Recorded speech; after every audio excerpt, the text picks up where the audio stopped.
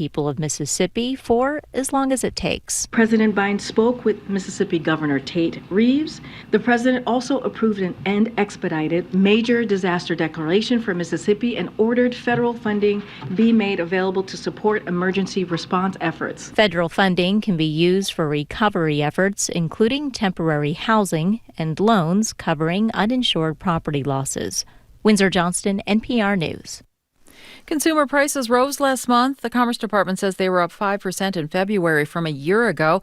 That's slightly lower than the annual inflation rate the previous month. Wall Street is trading higher at this hour. The Dow is up 186 points. The Nasdaq is up 100. The S&P 500 up 25. This is NPR News. Good morning. With the latest from the GBH Newsroom, I'm Henry Santoro. Trump loyalist and former state GOP chair Jim Lyons tells GBH News that he believes the grand jury vote to indict the former president is an attempt to stifle vigorous debate needed for our democracy to flourish. He also tells GBH News that he's not surprised by Trump's aggressive stance against the indictment. I think President Trump is going to continue to speak out and fight for the values that he believes in. Lyons says he believes the indictment will backfire against the Democratic Party. Falmouth School Superintendent tells parents that screen time is an essential tool within the classroom. Her response comes after some parents expressed concern over the amount of technology being used each day. Lori Dorr told the school committee last week that screen time, including Chromebooks, is enhancing developmental skills inside the classroom. We do not want students to be on technology for the sake of technology. We want kids to problem solve, to think deeply, to think critically, and to have that say in their education. Falmouth first graders are using Chromebooks for an average of 35 minutes a day, while sixth graders get an hour and a half of screen time each day. Dorr said that those time frames are in line with state education standards. In sports, the Celtics host the Jazz at the Garden tonight. All eyes on Caitlin Clark and the Iowa Hawkeyes women's basketball team tonight as they take on the undefeated South Carolina Gamecocks. The early game has LSU playing Virginia Tech. This is GBH News. Support for NPR comes from NPR stations. Other contributors include the Walton Family Foundation, working to solve social and environmental problems to improve lives today and benefit future generations. More information at waltonfamilyfoundation.org.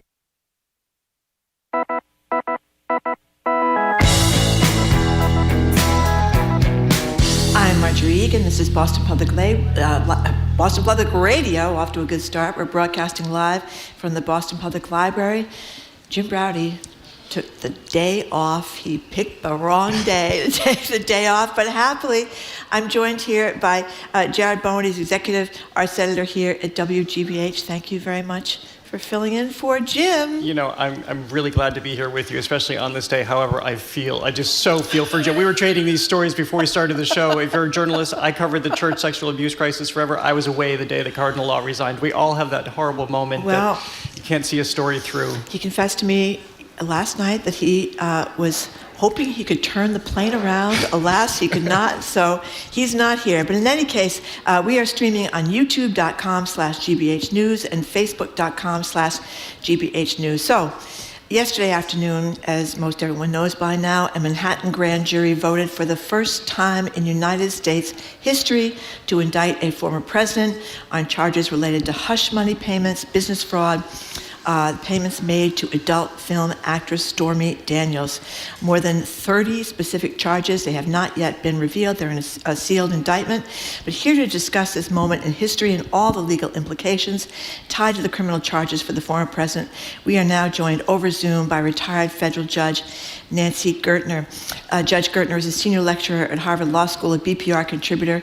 Welcome back, Judge Gertner, and thank you so much for taking the time to be with us today. Nobody I'd rather talk to about the legal implications here of this case. But before we get to legal implications, we are talking about this. Everybody is. Historic day, unprecedented day, never anything like this happened in American history. Do you want to start with that, the kind of implications of this historic, some would say very sad day, but an historic day nonetheless? Well, I mean, I think I I have two feelings about it, and one I sort of took from the New York Times this morning from the article about the case. One was, on the one hand, not being held accountable if there are crimes out there for which an individual is not being held accountable, and serious enough crimes to warrant an indictment, then that's incredibly troubling. The classic adage is no man is above the law, and that would include Trump. On the other hand, as the New York Times reported, you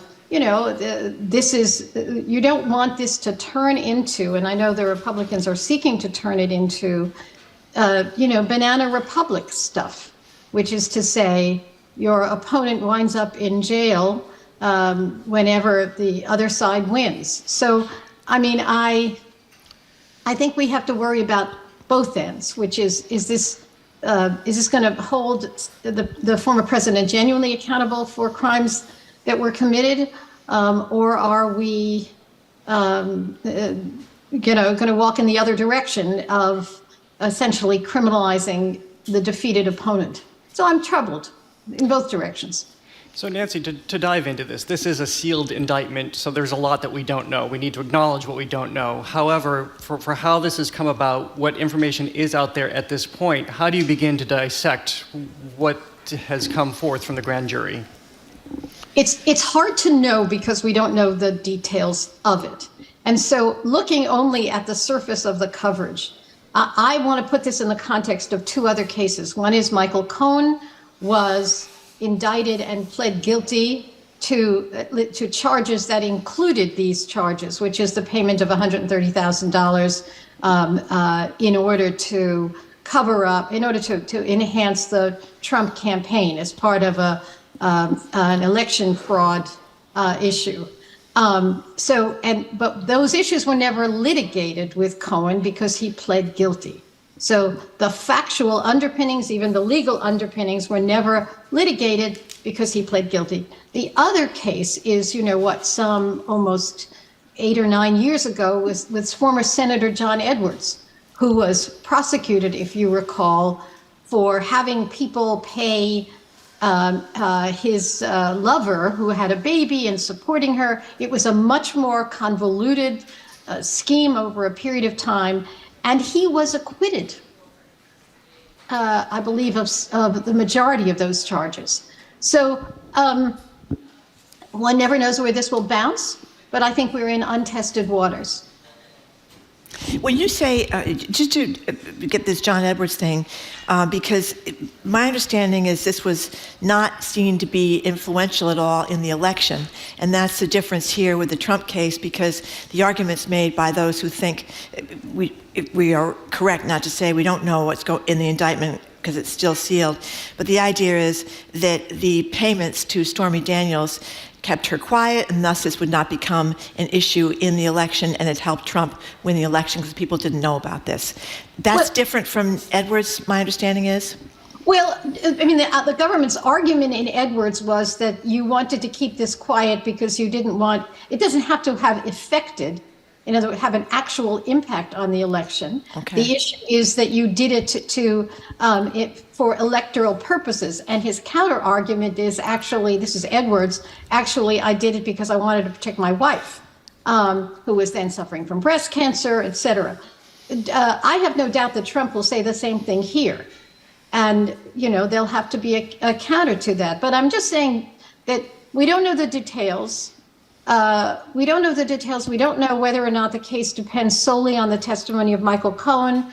New York Times reports today that, there was also the testimony of Mr. Pecker, who was involved in trying to who's essentially brokering the deal, and Wesselberg, who is the CFO of the Trump companies, may have some testimony. So we don't know any of that, but certainly on the surface, at least, this is not a walk in the park as a prosecution. And those two other cases, Cohen didn't have to litigate anything. He pled guilty. Edwards was acquitted. So this is as we've talked about before on the show, of the indictments that are potentially in the air, this is the most difficult one. What about the way in which District Attorney Bragg has built this investigation? I'm thinking back to a couple of years ago when there was kind of somewhat of a national disbelief, and prosecutors in his own office walked away because he had decided not to pursue an indictment against the former president around real estate. And so people were thinking that he wasn't so hot on this. And then we look back to the last 24 hours and people were surprised that this surfaced when it did, and that had actually moved forward robustly, people are interpreting. So what can we glean from how he's built this case? Well, I mean, I think that history adds fuel to the Republican fire, actually, because other prosecutors, didn't pursue this. Now, a prosecutor cannot pursue something for a host of reasons that doesn't necessarily mean that the indictment wasn't appropriate.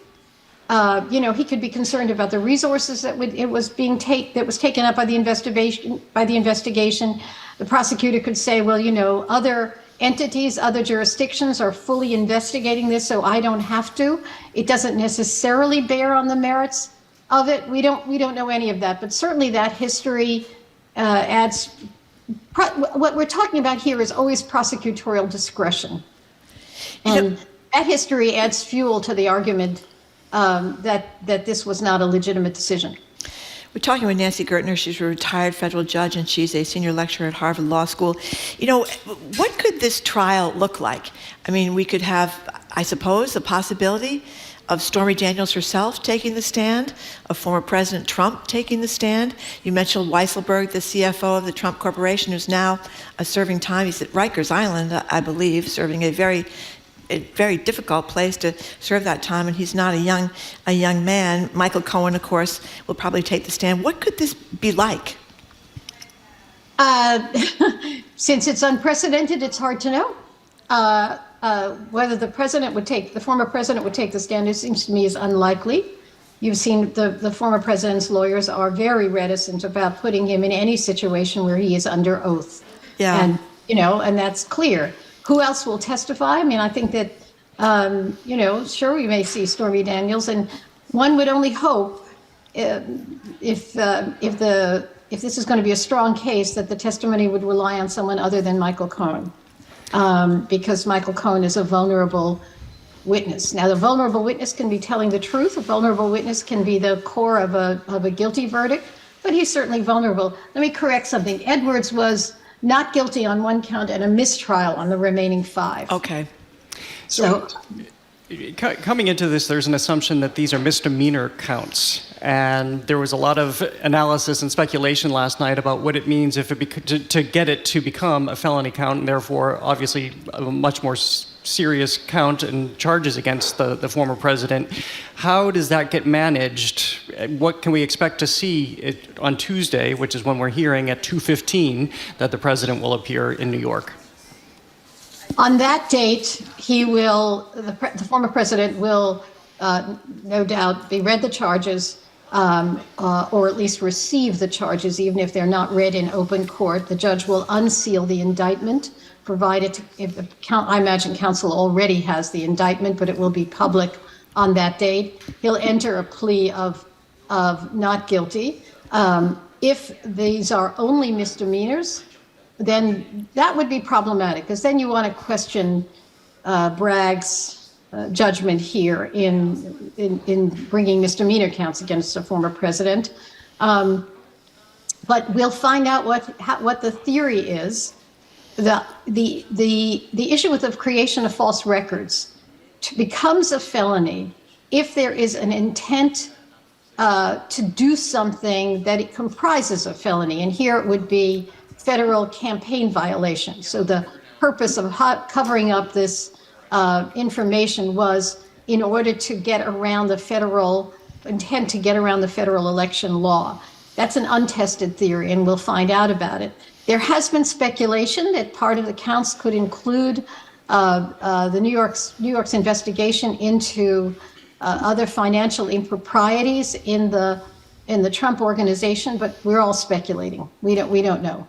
Yeah, my understanding is that you can have more than 30 counts, which has been reported that there are more than 30 counts here, but they could be instances. There'll be 5 counts of the instance, the same thing repeated over and over again. So it's not necessarily 30 crimes. Is that correct? Right. It would be, each event could be separately counted as a count. Okay. And that could be what they're doing.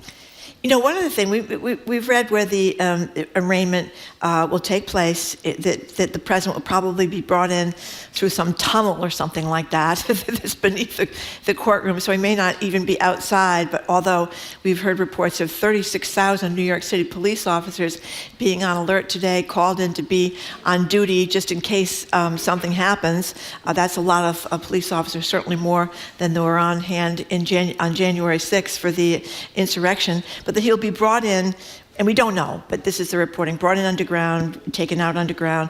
Maybe he'll wave on the way in and wave on the way out. I don't know. But there's a mugshot. Fingerprinting is electronic now, apparently. I don't know what that means. You don't roll your thumb anymore in the pad of ink. You do it electronically. And do it on the screen. That's what I've heard. You do it on the screen. Okay. Yeah. You do it on the screen. And then supposedly a lot of defendants they take their height and weight. And the only reason I ask about this, there was a lot of joking during the campaign about, Trump wanting to be taller than he was. And Chuck Todd, when he was interviewing about this, basically said if the president wants to be 6'3" instead of 6'2", that's fine. But there's been a lot of talk about his height and his weight. Do you get weighed, and is your height generally checked by the district attorneys in these counties across the country? I don't really know is the answer to that. I don't know whether he can sort of self-report his height and weight, as we all do. That's right. I'm always surprised that I'm shorter than I have been saying all my life. That's right. The former president could be shrinking. He's in his 70s. He could be shrinking too. That's right. No, shrinking because we were never truthful about the point. That's what I'm saying. I'm not talking about shrinking. Okay. When I was watching CNN last night, I was struck by something that John Dean said. They had him on as one of their panel of experts dissecting this whole situation. He said that from this point forward, or maybe it's from Tuesday forward, anything that Trump says can and will be used against him. We know that from Miranda rights. Is that true once this process gets underway? And it's a little hard to believe that he'll be able to censor and control himself, knowing how much he goes off script in these speeches that he gives. There will be lawyers telling him that he shouldn't say anything about the case. But you're right, whether he can control himself is an open question. This is a very different territory than he has been in before, and a much more fraught territory. So yes, anything he says likewise could be used against him. But you think about, and anything he has said up until now about the case figures into this as well. So, any denials that turned into implicit admissions will be admitted and will be part of this case. I do want to pause for a moment. One, we really don't know what's in this indictment. And the second is, as I said at the beginning, I'm torn. On the one hand, I don't want to sort of applaud indictments, right? It's a troubling development in a troubling situation. On the other hand, not being held accountable for obvious crimes is also troubling. So I'm being judge-like here. I'm right in the middle. Well, a lot of people have made this point. On the one hand, we hear the cliche. It's not a cliche. It's an important point that no one is above the law in the United States of America, even the President of the United States, and that kind of gets your patriotic juices flowing. On the other hand, as you pointed out at the beginning of this, many legal observers thought Bragg had the stronger case in the former president's allegedly misrepresenting his finances, saying property was worth this for taxes, property wasn't worth this, that kind of thing. And so the prosecutor has tremendous power over what he's going to go forward with and what he's not. So it does seem to me, and I'm not a lawyer, but that the financial sleight of hand might have been more effective than an affair with a porn star and trying to cover it up. It could well have been. By the way, one possibility is that this will involve more than just Stormy Daniels, but also the other woman who Karen McDougal. Who had accused him. It could involve both, but we have no idea at this point. We have no idea at this point. Well, going back into your judge role, obviously Alan Bragg is being targeted by the GOP as weaponizing justice here, perverting it. But we have to remember that there are, 23 members of the grand jury who heard the evidence in this case, and this is why this is moving forward. Can you shed a little light on what this process is with the grand jury and who they would be? Well, in theory, they would be ordinary citizens, selected at random and put in a room to hear the evidence. And in theory, they were supposed to be a brake on prosecutorial discretion, another voice in the enterprise of determining whether there will be an indictment.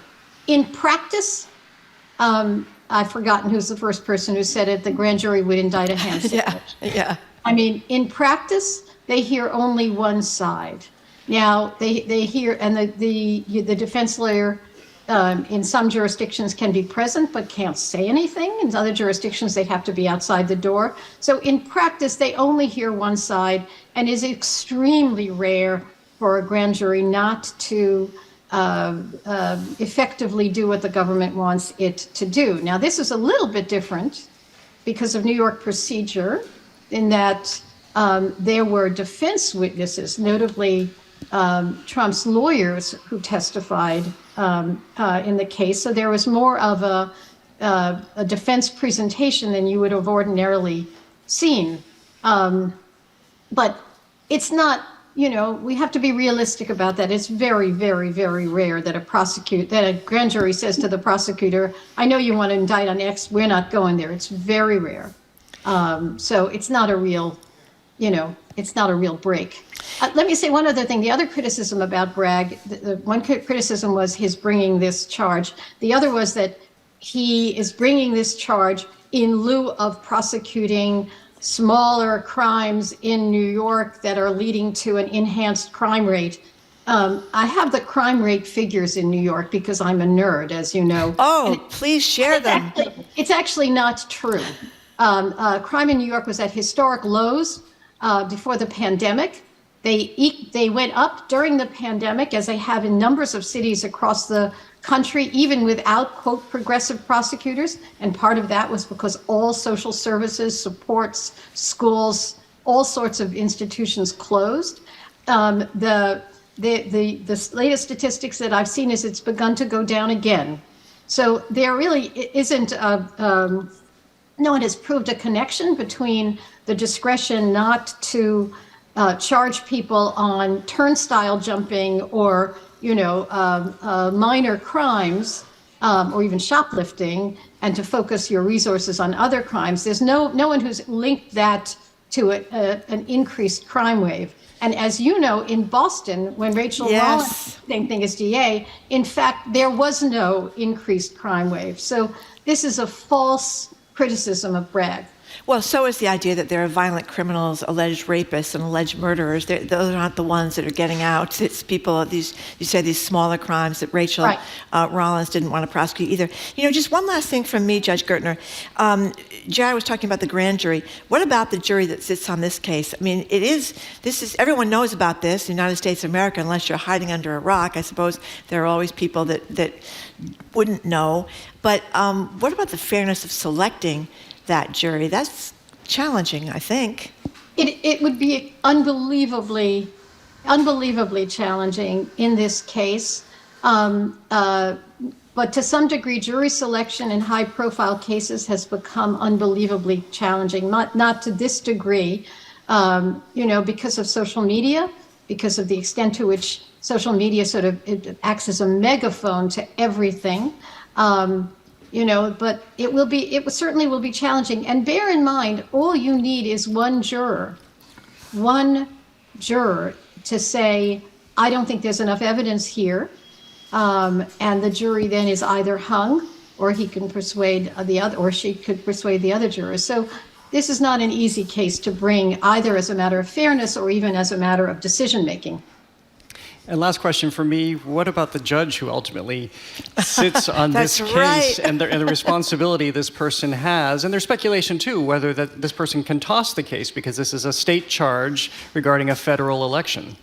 There will be, I mean, that's the other thing to predict that is clear, which is there will be months and months and months and months, even, more than that, of litigation around the appropriateness, the legal appropriateness of these charges. In other words, is this really a crime, falsifying business records for a federal election fraud, essentially?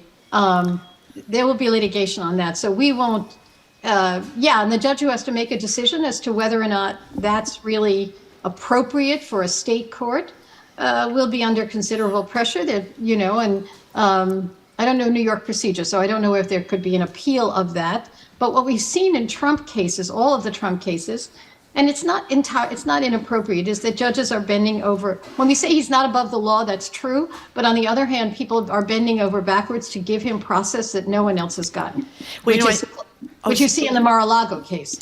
Due process that no one else has gotten. I apologize. I said it was the last question, but you raised I know an you interesting... keep on saying that. I know. This is the last question. You raised a fascinating scenario. If this could be delayed months and months and months, and the election happens, and Donald Trump were to become the next president of the United States, I guess we could see the president in a courtroom facing these charges post his election. I know you can't indict a sitting president. Can you try a sitting president, proceedings that began before he became the president?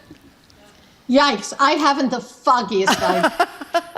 I think we're completely on uncharted territory. The can't indict a sitting president was an interpretation by the Office of Legal Counsel of the Department of Justice. Yep. They would have to, opine. They would have to give an opinion about whether you can try a sitting president. There's nothing in the Constitution one way or the other. And so we are in uncharted territory. That's the best I can do. Or I can make something up, but you don't want me to do that. No, we don't. No. Judge Gertner, thank you. Thank you so much for taking the time to be with us today. I really appreciate it. Okay, take care. You too. We're grateful for your expertise. We've been speaking with Nancy Gertner. She's a retired federal judge, a senior lecturer at Harvard Law School, and a BPR contributor. Thanks again. After a quick break, you listened to us go back and forth on this. Now it's your turn, 877-301-8970. That's our number to call or text. What are you making of this moment in American history? Stick around. You're listening to Boston Public Radio, 89.7 GBH.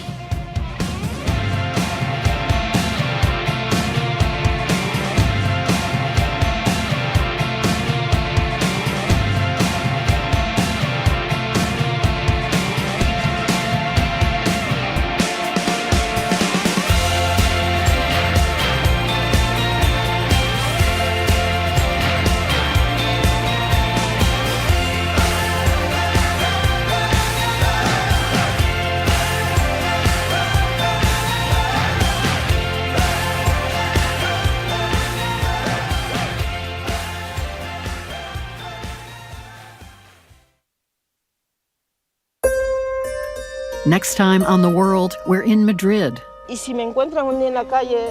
woman is terrified of dying alone on the street. She has no home and she has terminal cancer. But a group of volunteers is working to make sure that no one in Spain dies outside, exposed to the elements. Providing hospice care for homeless people in Spain, it's on The World. This afternoon at 3, here on GBH News 89.7. Support for GBH comes from you. And the Umbrella Arts Center, presenting the world premiere of Middleton Heights by Hortense Jurado, the ride tale of a Midwestern Filipino immigrant family in pursuit of the American dream. Now through April 23rd, theumbrellarts.org. And Comcast Business, offering internet solutions with Comcast Business Internet for your small business. Includes Comcast Business Security Edge and internet speeds up to 10 gigs. Comcast Business, powering possibilities. Restrictions apply, actual speeds vary.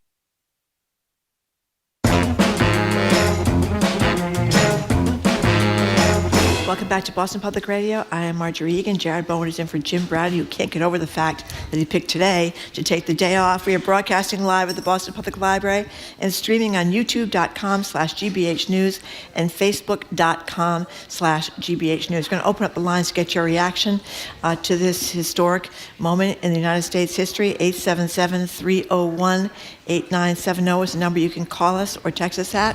We also have Nicole in the audience there. She's at the homie mic. If anybody wants to come up and ask us a question, they can go up and tell Nicole what they want to talk about this.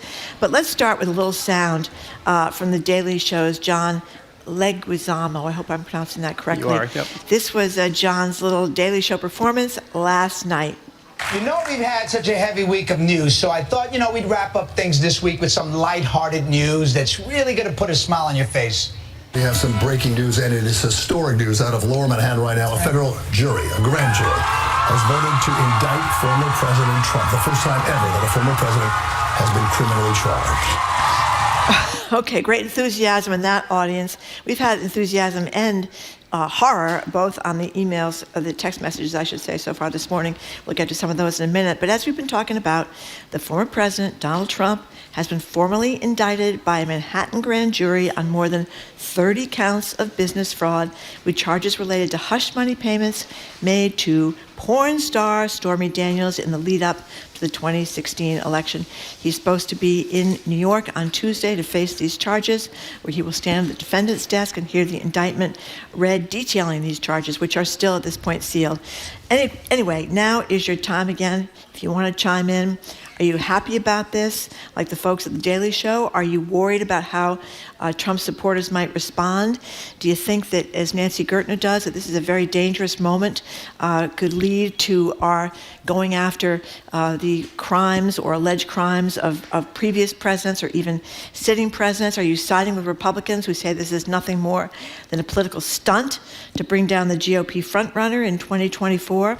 A political overreach by a political DA, Alvin Bragg? Or are you worried that this is the weakest of the cases against Donald Trump and could result in a whole lot of nothing? You have a lot of options here, so feel free to call or text at 877-301-8970. You want to say anything before we take some calls here, Jared? Well, just that what Judge Nancy Gertner said at the outset is, I think, how I feel too, and I think probably how a lot of people feel, which is, this isn't good. I mean, this is not good for our country. Good. We're just at the beginning of this. We saw the calls for protests. We saw how that turned out last time. Granted, the GOP calls this time were more muted. They were blatantly calling for peaceful protests. But the fact that we're having a former president be indicted, have to self-surrender in court. This is just such a bleak time for our country. But at the same time, I also recognize that this is a man who's kind of flouted the fact that he could skirt the law, and now he's having to answer for that, when presumably throughout his career he never thought he would have to.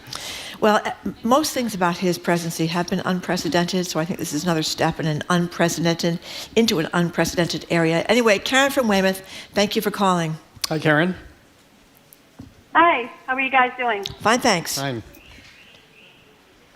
So my question is, a couple of years ago, I looked into the Constitution and what was required to become president.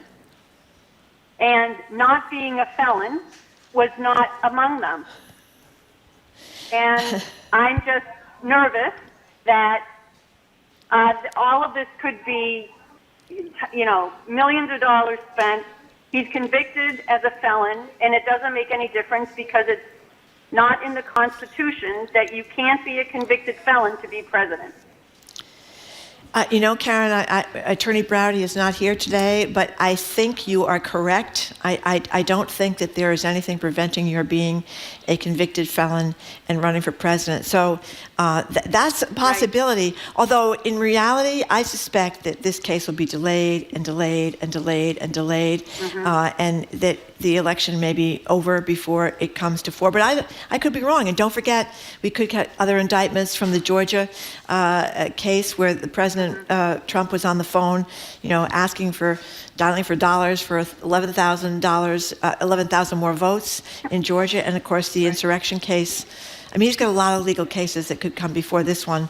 But I think you're right. I mean, is that your understanding, all of Jared? the legal experts have weighed in over the last 24 hours and said absolutely he could be convicted and still run for president. And he's using this opportunity. We know he's already using it as a fundraising opportunity. Even his opponents have circled the wagons, and at a moment where they might be able to sink him, they haven't. And they're also calling this a perversion of justice and sticking by him. That's Nikki Haley and DeSantis and others. So this is a moment which they could almost leverage, counting on that he could be president again. And DeSantis says something ridiculous, that he won't help them extradite Donald Trump from Florida. They're not going to have to extradite Donald Trump from Florida. He's just going to go on his own accord to New York and surrender, as they put it in the case. So DeSantis, that was kind of a straw man setup. He was saying, by the way, we have a lot of people that think this is a terrible idea. We have some that think this is a good idea. Brian from Paxton says, my number one question is, will Trump be tried as an adult? Ha ha. Brian from Paxton. That's clever. And then we have someone else unsigned who wants the DA in Little Rock, Arkansas to panel a grand jury on Bill Clinton's sexual assaults, which are real felonies, according to this texter. But again, this isn't about his affair with Stormy Daniels, a former porn star. She was never alleging that she was forced into anything.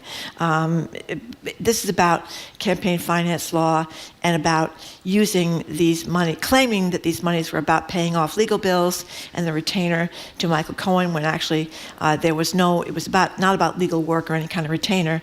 It was about covering up this so it wouldn't come out before the election and possibly hurt the former president. Those are the allegations anyway. John from Gardner, thank you for calling. Hey, John. Hey, thanks for taking the call. I was on the other day, so I'll try to be brief. What did the fine ex-president say about what he could do on Fifth Avenue? Yeah. Shoot somebody, right? And not be... Sadly, that's close to literally true. So my point is, his people and a lot of people, the Republicans, are going to go nuts over this. And they'd go nuts over anything.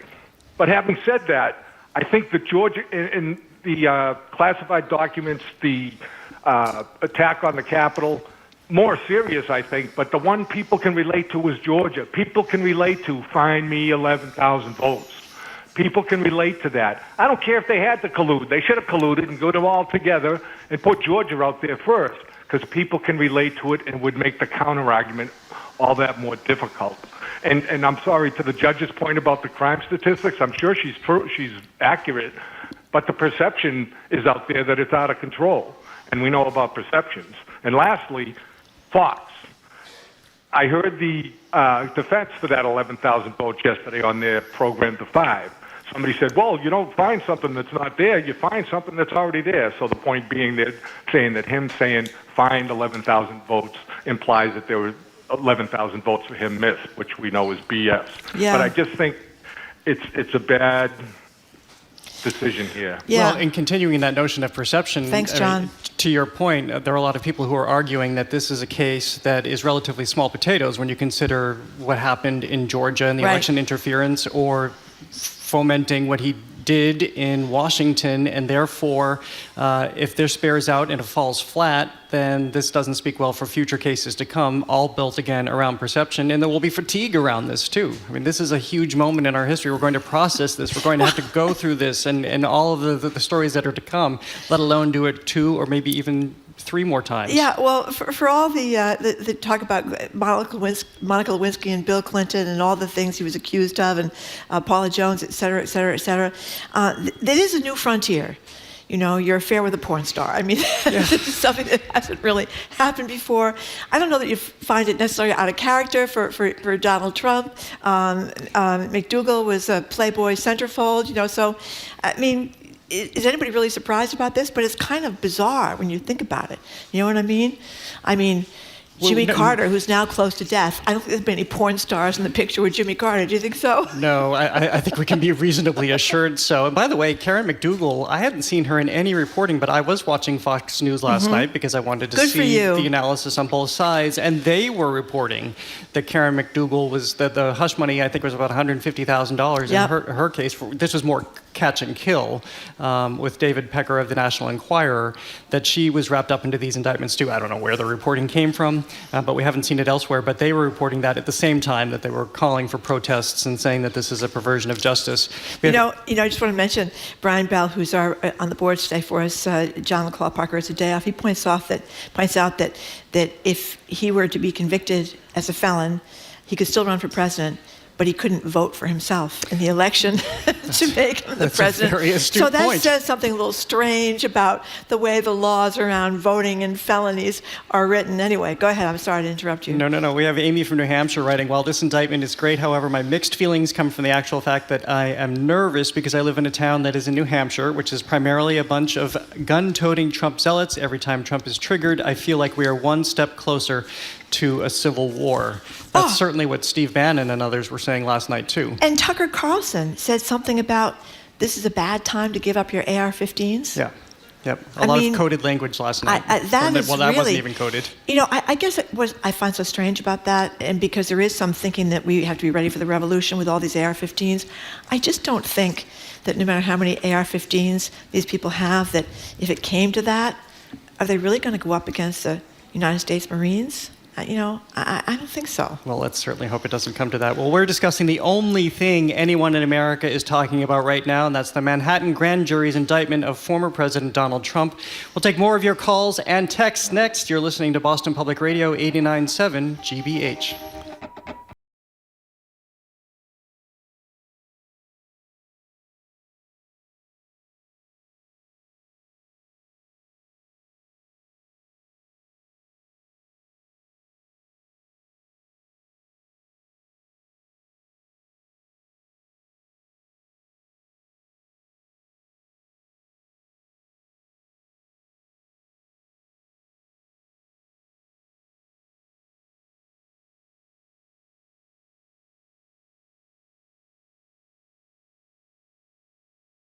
As Elizabeth Warren kicks off a bid for a third term in the U.S. Senate, recent polling suggests she might not be a lock. I'm Adam Riley. This week on Talking Politics, we size up Warren's strengths and weaknesses and who might take her on. Plus, a conversation with former Boston mayors Ray Flynn and Kim Janey on the life and legacy of Mel King, who passed away this week. Join me for Talking Politics tonight at 7 on GBH2 and online at gbhnews.org. Support for GBH comes from you and Swan Galleries with African American art at auction April 6th, featuring works by Norman Lewis and Beaufort Delaney, works carved and tooled on leather by Winfred Rembert, and contemporary artist Betty Saar. Info at swangalleries.com. And United Healthcare, providing health plan coverage options for New England businesses and their employees. You can learn more at uhc.com. That's uhc.com.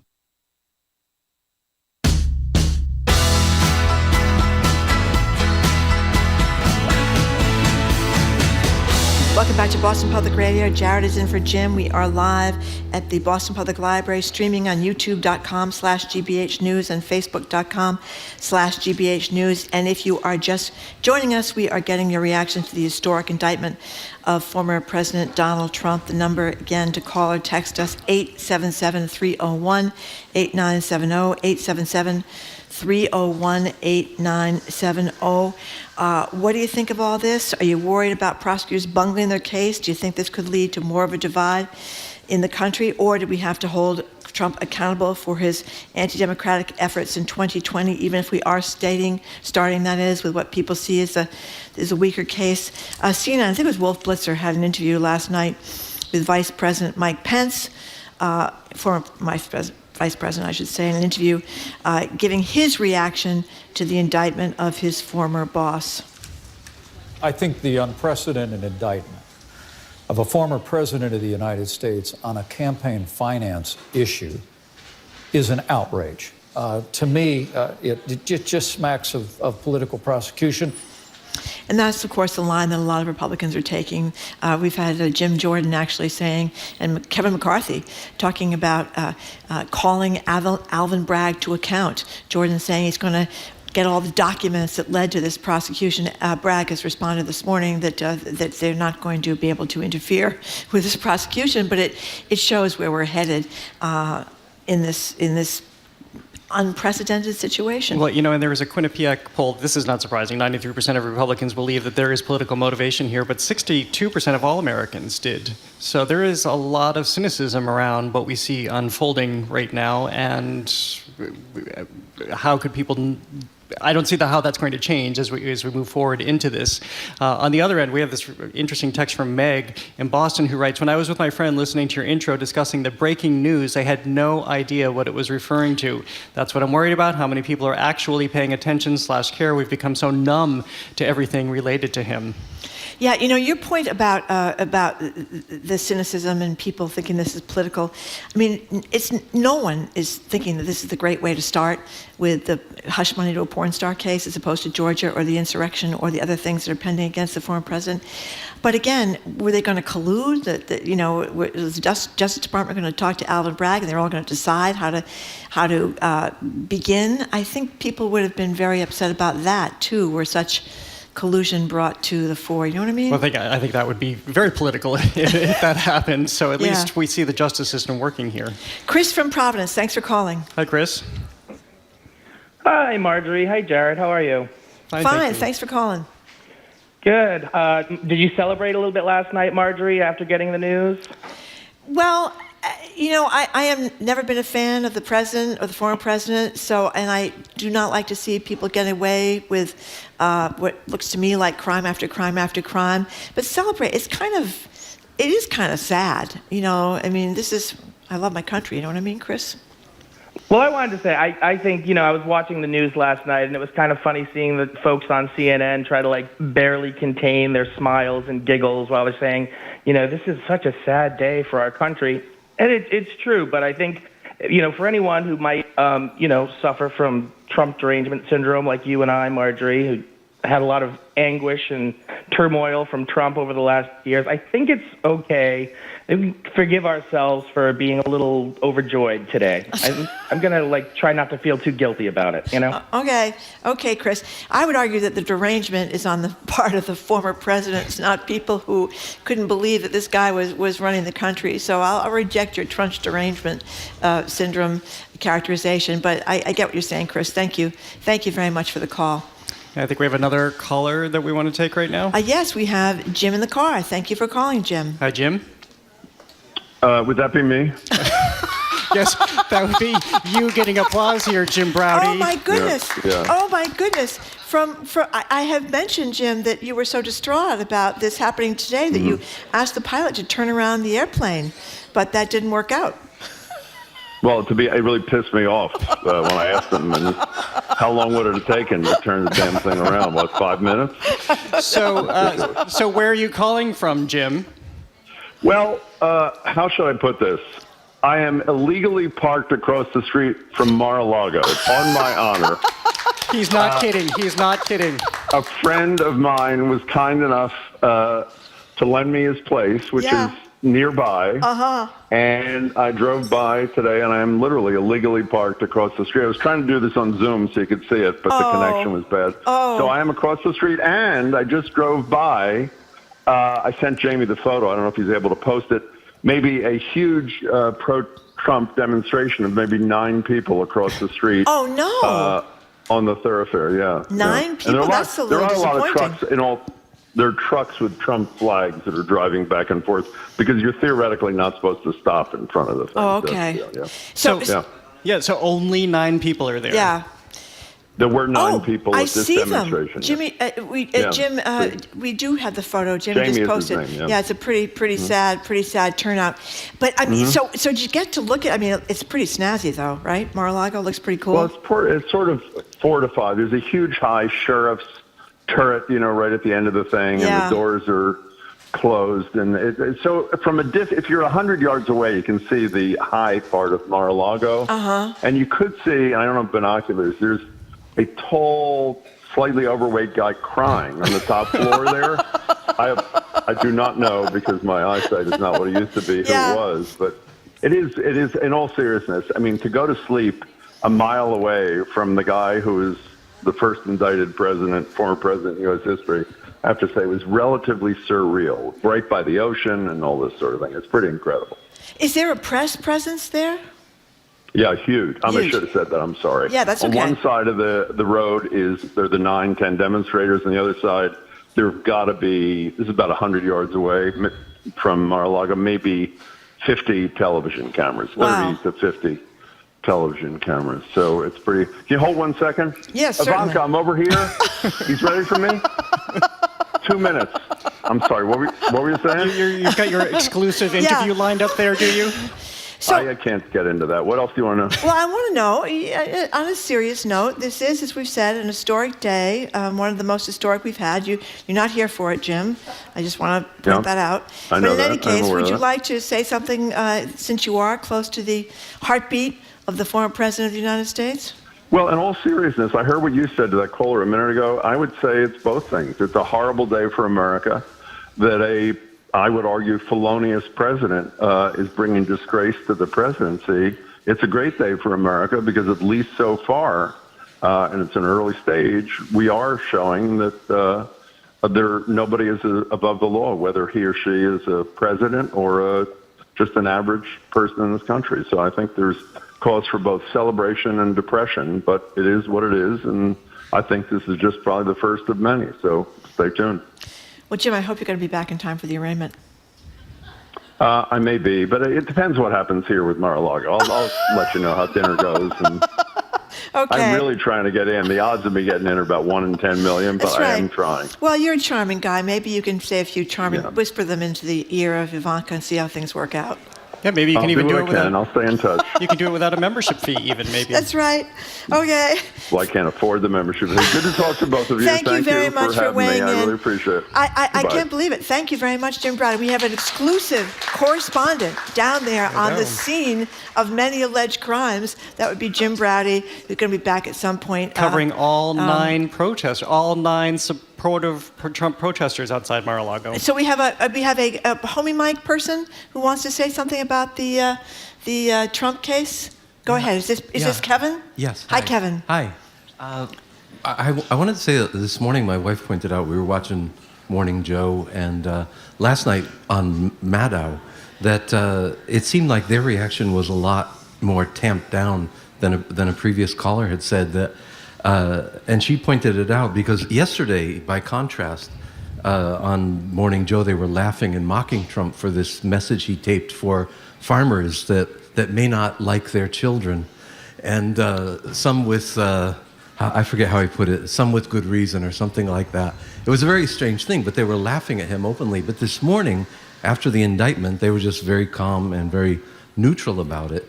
And Maddow last night, she was reminding people that trials are long and tend to be boring, and that, for instance, the fraud trial against Trump, that we heard about the indictment and we heard about, like a year later, the judgment, but in between, it wasn't like somebody in the courtroom saying, "Oh my God, you should have been there today," because it's just Fraud trial against Trump? I don't know what you're talking about. the fraud trial for the Trump organization. They had to pay several million. The Weisselberg trial. Right. Yeah. So yeah. that's the point. That, like you said to me, "What are you talking about?" It's like, okay, so Trump was on trial, but it wasn't like everybody was talking about it. Well, this is every going to day. be different, though, because I think probably if Trump is on trial, Trump's going to be sitting at the defendant's desk every day, and we have a possibility of, I don't know, I haven't seen that many porn stars give testimony, but we could have Stormy Daniels give testimonies. We could have the former, wasn't she the centerfold of the Playboy? Karen McDougal. Karen McDougal. Yeah. That could be, they could bring in Don Jr., you know, I mean, no offense to Mr. Weisselberg, but, you know, he wasn't that compelling maybe a figure for people to watch. But anyway,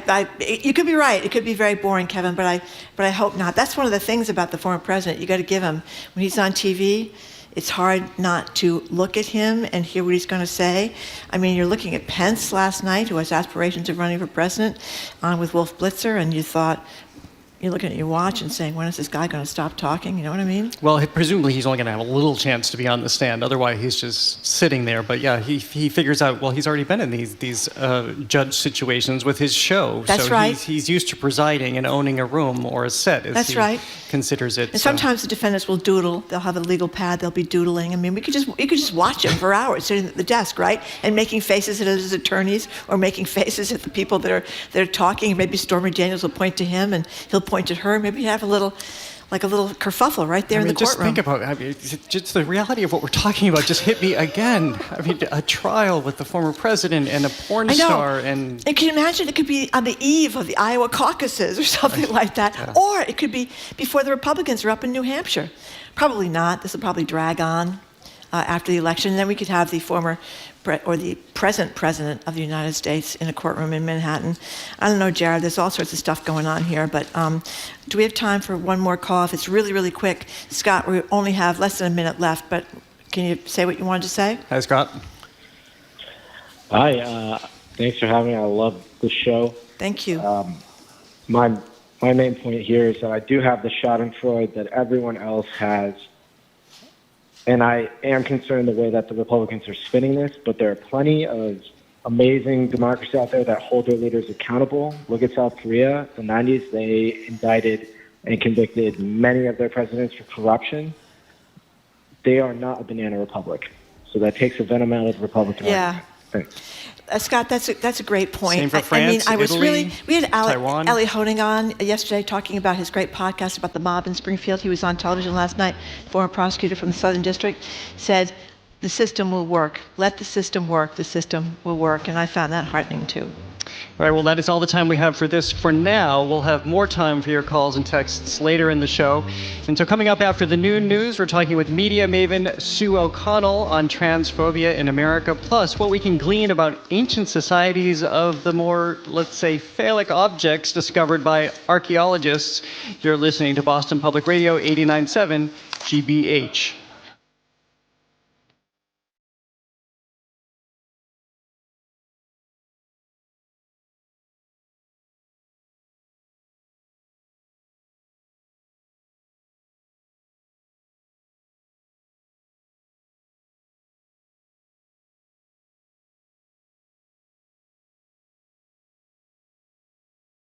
It's not over yet. More smart conversation about community issues is up ahead with Jim Brady and Marjorie Egan on Boston Public Radio.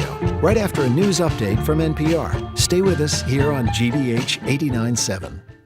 Funding for our programs comes from you. And Lexus Broadway in Boston, presenting My Fair Lady from director Bartlett Shear and Lincoln Center Theater, who brought you The King and I and South Pacific. My Fair Lady comes to Boston this April. More at LexusBroadwayInBoston.com. Legendary singer-songwriter Joni Mitchell joins the honored recipients of the Library of Congress Gershwin Prize for Popular Song. Watch the iconic ceremony and sing along to the tribute concert tonight at 8 on GBH2. I'm Kirk Carapezzo with GBH's Higher Ed Desk, and you and I are listening to 89.7 WGBH, HD1 Boston, online at gbhnews.org. GBH News with NPR, what matters to you. I'm Marjorie Egan. Ahead on Boston Public Radio, we're live at the Boston Public Library. Media maven Sue O'Connell is here to give us her thoughts on Trump's indictment and on transphobia circling the Tennessee mass shooting this week. Plus, food policy expert Corby Kummer joins us to discuss some local nominees for the prestigious James Beard Awards. And would you try a new lab-made meatball created using woolly mammoth DNA? I'm Jared Bowen in for Jim Browdy. Then NPR's Trump legal and political reporter Andrea Bernstein will join us with more on the indictment, and we'll continue to get your reactions to this historic moment. Rounding out the week, on a more relaxing note, a live Music Friday performance from singer-songwriter Will Dailey. He's also debuting a new exclusive song you can hear only in person at the library, for now. It's all ahead on Boston Public Radio 89.7 GBH.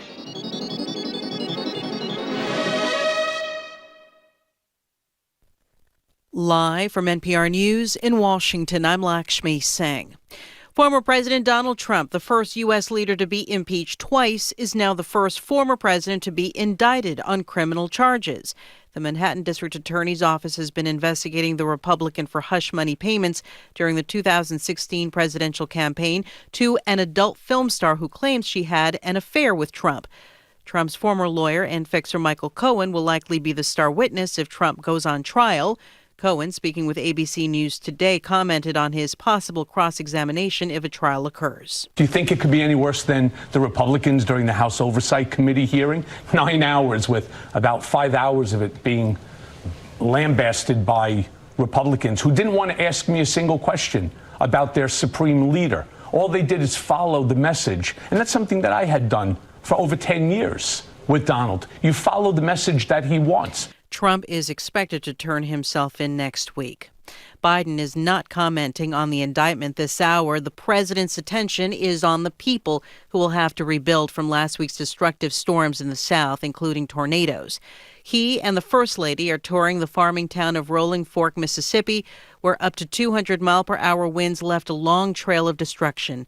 White House Press Secretary Karine Jean-Pierre says federal help is coming. Today, the president will announce that the federal government will cover 100% of the cost of the state's emergency measures for the next 30 days. The tornado that struck Mississippi was on the ground for more than an hour. Local officials say it tore through thousands of homes. At least 21 lives were lost. Dozens of people were injured. Forecasters are projecting more dangerous weather, including tornadoes, today that could affect nearly a dozen states in the southern and midwestern U.S. The federal tax credit for electric vehicles is about to change again. The Treasury Department is implementing limits on battery sourcing. NPR's Camila Dominowski reports these rules are designed to build up U.S. supply chains. Basically, a big chunk of a battery's ingredients need to come from the U.S. or allies for a vehicle to qualify for a $7,500 tax credit. These restrictions were passed into law last year, but were on hold while the IRS worked out technical details. The battery supply chain is dominated by China. These rules are designed to bring more work to the U.S., but until new mines and factories are built up, the restrictions will be hard to meet. In 2 weeks, the IRS will announce which vehicles still qualify for the credit. These restrictions do not apply to the tax credits for used or leased EVs. Camila Dominowski, NPR News. Another report signaling inflation's easing. The Commerce Department's data show consumer prices did not increase as much in February as it had the month before. You're listening to NPR News. Good afternoon. With the latest from the GBH Newsroom, I'm Henry Santoro. A Brockton woman who works... This is where my mother grew up. This is where we learned to be faithful to the land that took care of us. This is where my sister was married. This is where her husband ran off. And I tried. I've done the best I can, but I'm no $300 man.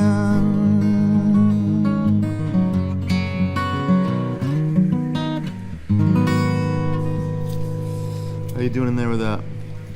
It's officially spring in Boston now that the Red Sox are playing again. Full house at Fenway Park yesterday. Among them, GBH's Greg LeMond from the opening day. And he heard from fans hoping for a season that's better than last year. Tell me I'm the only one,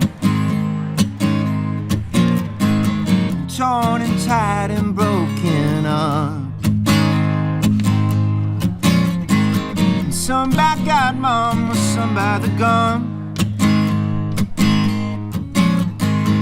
Rush to kill another mother's son with modern law, with no modern love. So you know I've been looking for a peace of mind.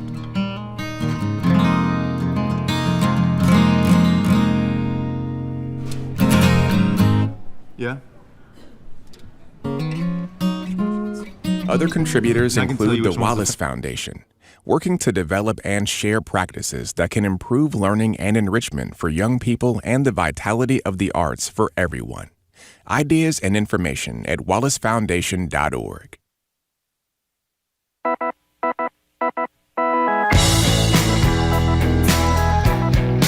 Welcome back to Boston Public Radio. We are broadcasting live from the Boston Public Library, streaming on youtube.com/GBH News and facebook.com/GBH News. I'm Marjorie Egan. Jim Browdy picked the wrong day to take the day off. He's not here, but happily, Jared Bowen, Executive Arts Editor at GBH, is here. Thanks, Jared. But he did pick the right day to go to Florida. He did pick the right day to go to Florida. If you missed it, he just called in overlooking Mar-a-Lago. He's our exclusive reporter on the scene at Mar-a-Lago. He hasn't been able to get in or really get anywhere near it, but he's doing the best he can. If he has any updates, he'll call us later. But right now, joining us is media maven Sue O'Connell, co-publisher of Bay Windows, South End News, contributor to Current thank you. on Okay, NBC, LX, and NECN as well. So you're wondering if Jim's going to write this off as taxes as an actual business trip? He might be able to do it. I think so. He might be able to do it. We all witnessed him calling in, so I would say yes. But we had a gentleman in the audience who just came up to say that he thought that if this does come to a trial, which looks like the indictment, he won't be is going to pleading result in a guilty trial. or anything. That's Not for sure. be pleading guilty. Stormy Daniels has gone on to tell fans that she is ready boldly to go forward and testify in the trial. Contrary to what the gentleman said in the audience, I think this could have potential to be a great trial. I think you're both right. I think that it is important to note that, first of all, there are so many cases against Donald Trump which we have become immune to, right? We keep saying this is historic and this is unprecedented, and it's true, but we've become a little numb to it. It's hard to keep track of how many investigations there have been against the Trump organization. Yep. His charity can't operate in the state of New York. His real estate company for discrimination suits. I mean, there's probably... Don't forget Trump University. Trump University. What was the fine he had to pay? $25 million? He had to pay a fine for that. I mean, so he has been one of the most sued individuals and in America for good reason, right? Not because he has been, a victim, as he likes to say. So we're a little numb to that. So we have to keep in mind of that. But also to Rachel Maddow's point, and I was also watching Morning Joe this morning, it is a court case that is kind of boring to watch, right? These charges, which we've not seen yet, but we can imagine that the 30 charges, there may be the same charge as I think Nancy Gertner was saying over and over again. It might be mail fraud charges. How sexy is that? I mean, it isn't a Stormy Daniels charge. But because Trump will fight this tooth and nail, that means there will be testimony. Stormy Daniels probably will, and we will watch this. This, though, could go all the way into the end of 2024. Right. So let's later. Right. Let's not expect that, by the end of this year, we're going to have a result. There's jury selection, and you know that the Trump strategy, the lawyer strategy, which has been the Roy Cohn strategy, is pick your judge, right? Roy Cohn, who was the great and evil lawyer in New York that was Donald Trump's mentor. Yep. The right-hand man of Joe McCarthy during the horrible scourge against these so-called communist Find the jurisdiction. Find where the court is going to be. Find where your judge is, and they're going to delay. So we have to set... whatever you think is going to happen, you need to make sure it's going to take a long time. And we may, if the Georgia indictment ends up being an indictment, we're going to stop paying attention to this and pay more attention to the Georgia indictment. If Trump were to be reelected, when he comes into the courtroom, when the judge comes in, everybody has to stand up. When the president comes in, do we have to just do Hail to the Chief? Do we have to sing bum, bum, ba-da, ba-da, We don't have to stand for the president. We're not required to stand for the president. Are we required to sing Hail to the Chief? No, we're not required to do anything for the president. Going back to Stormy Daniels for a moment, the Republican Stormy Daniels gave kind of a qualified response to her take on how this is moving forward and what her role in it would be. The Republicans did? In what way? Well, no. In terms of, she doesn't necessarily trash the man, which one might expect given, obviously he's given her a lot of publicity over the years. And $130,000. $130,000. She didn't have to give it back, did she? I don't think she has. No, that's a nice piece of change, But it's kind of interesting to see that she hasn't made herself his enemy, but she said she will testify. Yeah, no, I mean, she is just, part of it is she's also just staying on the facts. Right, so she didn't bring this case. She didn't, she isn't suing him. She's just caught up in it. So she's very smart. I mean, I got to tell you, Stormy Daniels. She's very funny. Is very funny, very intelligent, very successful, and more successful now thanks to Donald Trump. But if she testifies, remember her finest hour Which on one? the Jimmy Kimmel show? Oh yes, when she brought out the tray. Yeah, and Jimmy Kimmel asked which item on the tray most resembled President Trump. Remember that? Do you remember that, Jared? No, don't turn this on. You should. No, I didn't see it, so I can't speak to it. You should check it out. It was pretty funny. I also want to just say again for the record that if you ever have some low self-esteem in your job, just make a porn video because then everyone calls you a porn star. That's right? right. Everyone is a porn star. There's never a porn bit actor. Yeah. There's never a porn That's a supporting very good actor. point. There's never a porn background actor. Understudy. They're all stars. Just rocket to stardom from Right the very there. first And time on apparently your she set. now is a porn director, right? She's moved on to the other side of the things camera. have worked out very well for They've Stormy worked out very well Daniels. for Stormy Daniels. Okay, on a much more serious and upsetting note, the GOP's obsession with trans people is just insane. Tell us what happened involving the Nashville shooting. Yeah, I mean, I think that I have really pulled back on social media a lot and pulled back from commenting when these tragedies happen. And for one reason is that I don't have all the information, right? Most of us don't have the information about why a shooter is shooting, who a shooter is. Sometimes semi-legitimate news sources like the Daily Mail will run forward with information. You'll notice that sarcasm there. Yeah. Well, they're better than TMZ. They're better than some other places. If you follow the Daily Mail, one day they're for something, the next day they're against it, then they're back for it again. So it's not like they have a very consistent news point of view. But you'll notice that NPR and NBC and CBS and ABC do not give information out about the shooter, even though some other news outlets are. And the reason is because it's not confirmed yet. Correct. Well, right? And there's another reason for it, that they don't want to turn them into some sort of hero that incites copycats. Right, and we don't know motivation. So if we look at this terrible tragedy that happened, and the shooter has been referred to in many media and has actually been picked up in common. I mean, I heard a caller here the other day talk about the trans shooter. We have no information to confirm that the shooter in this tragedy that it made this tragedy was trans or not trans. We do know that the shooter had changed some pronouns on social media, on Facebook, but changing your pronouns does not make you trans or not trans. And you could be trans and not change your pronouns. Right. And we have no information right now as to whether the person's sexual identity, sexual orientation, sexual expression has anything to do with what the terrible motive was for them to become this mass murderer, right?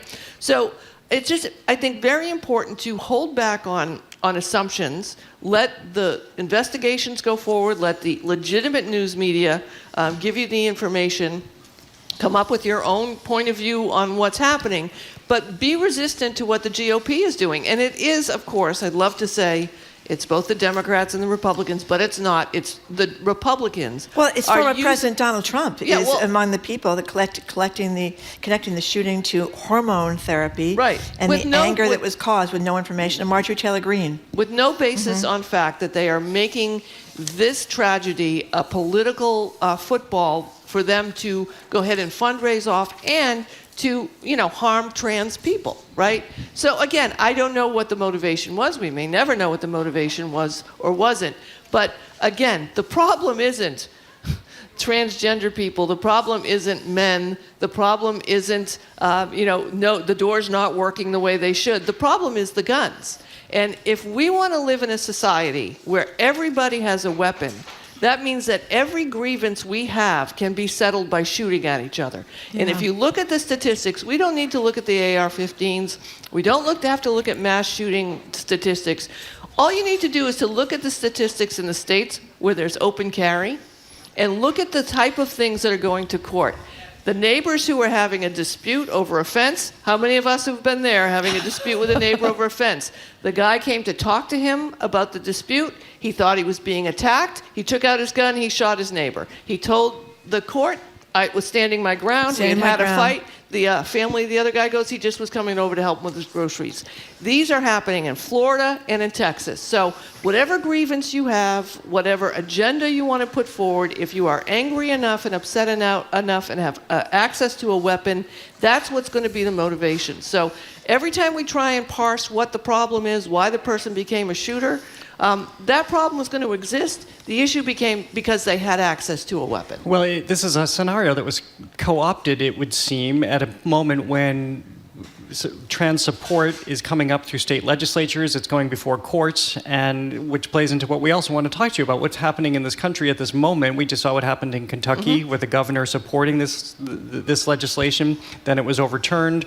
And yeah, the GOP can use this for fundraising, and it was probably very excited for those people who oppose these rights to see that this person had used different pronouns, and therefore they could jump on it because it's a moment that they can leverage. Yeah, so, in Kentucky, of course, they're overruling a governor's veto of a bill that they had put forward, the GOP, the Republicans had put forward, to limit the amount of gender-affirming care that a child can get to almost zero.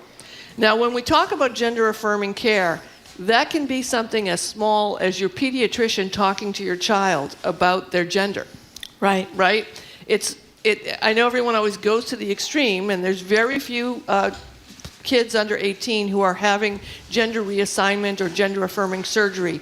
But if it almost could be implemented, and this obviously affects the trans kids the most and their families, but if you have a son who is developing slowly and maybe has low testosterone, he's born male, is male, identifies as male, and would like to have testosterone treatment, this could impact that, because that is gender-affirming care. And if you think you want your state lawmakers telling your pediatrician what to do, this is what's happening. Well, this is what's so incredible about this to me, for the people who talk about the freedom to have guns, freedom to have guns, freedom to have guns, live free or die, all that stuff. What they're doing is taking away the freedom of a mother and a father to go into their physician's office with their 12-year-old or 13-year-old kid.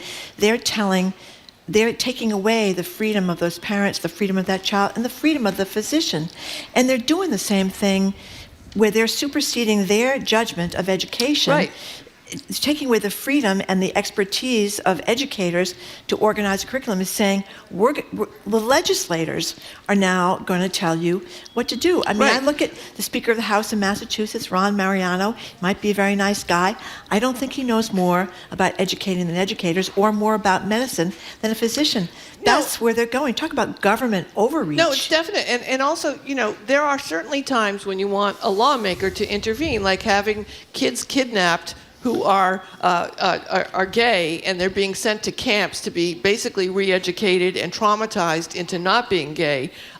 You might argue, well, doctors say that that's a good idea. Well, you know what? The Pediatricians Association came out and said it isn't. Doctors have come out and said it isn't. The Psychological Association, psychiatric groups have come out and said this is harmful to children, and state lawmakers and federal lawmakers reacted to that and have outlawed it. That's a different situation than pediatricians on the ground treating children and teens being told by lawmakers who have not ever taken a medical course, have not ever taken a psychology course, may or may not ever been to a pediatrician's office with their wife, right, telling you what you can have a discussion with of any kind of treatment with your kid. And again, the number of trans individuals is so small. I think that when you're hearing these arguments, you think that there's an attack of trans people overtaking the country. Well, there's an epidemic, according to Donald Trump Jr., of trans killings. An epidemic. Yeah, and what is he talking about? Continue to be the most vulnerable people in our society, the most likely to be killed, the most likely to be murdered, the most likely to be homeless, not because they are trans, but because of how they are treated. And that's really what we need to be focusing on. By the way, our staff is reminding us that today is International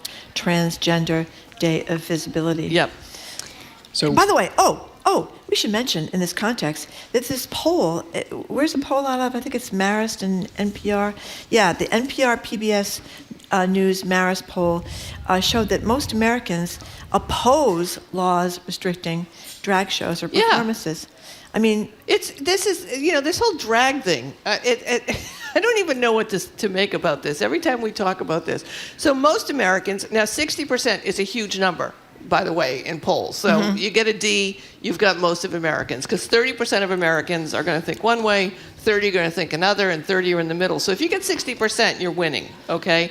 So 60% of Americans think drag shows are okay because they grew up watching Tony Curtis and Flip Wilson and Milton Berle and, Bosom Buddies Some Like It Hot. Tom Hanks and Some Like It Hot and a million drag shows that you have been to, and that drag is a performance. And RuPaul's Drag Race, still one of the most popular popular shows on TV. So equating something, and a drag show doesn't mean that it's a XXX drag show. It could be a G-rated drag show, just like comedy is an umbrella. I mean, there might be somebody up here who accidentally took her 6-year-old to a Thirsty Burlington drag show in Provincetown during Gay Family Week after Thirsty, assured me that it was family friendly. I don't know who that might be up here who did this, but my kid turned out fine, okay?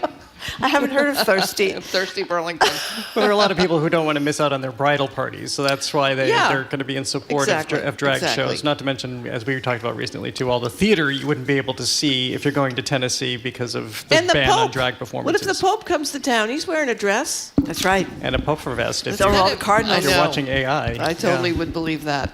So, Sue O'Connell, our Media Maven, this is my favorite story of the day. It just shows that you cannot mess with Dunkin' Donuts regular customers, man. You change one little thing, you charge them $1.25 more, and the you-know-what hits the fan. Tell us about this guy, this Boston regular. His name is Marty Coletti. I think that's how you pronounce it. Yeah. He's from Dorchester, Marty. of course. And he is up in arms over cream cheese and butter add-ons. So Marty's arguing that I'm from Revere, so I'm not making fun of anyone. This is how I really talk. Commercial. So Marty's arguing that when he orders things on the app, right, he gets charged extra for stuff like butter and cream cheese and other things. Whereas if you go in person and say, can I have a cream cheese, can I have a butter, they don't charge you for it. So he's making the argument that, this invisible add-on is a problem. His example is that he purchased a large iced coffee for $3.69, everything bagel, with plain cream cheese for $3.09 in April. That's right. The app calculated a pre-tax subtotal of $8.03. Ripped him off. Which is $1.25 more than it should have been. Now, from a percentage standpoint, that's pretty high. That's a lot. It is high. That's a lot of money. Yep. So I will say this about that. This is not necessarily a COVID issue, and I know that you guys have talked about this. When we're buying things on the app or when we're in a restaurant, we need these days to look at our invoices, okay? Correct. There are a number of my friends who work in the restaurant business who were then shocked to see social media postings that they were kind of double charging people with the back of the house fee, or there was a miscalculation that when the state charged the regulation, they didn't adjust it. I worry about the donkey story because since they're no longer local, things have not been great. They changed their points on the app.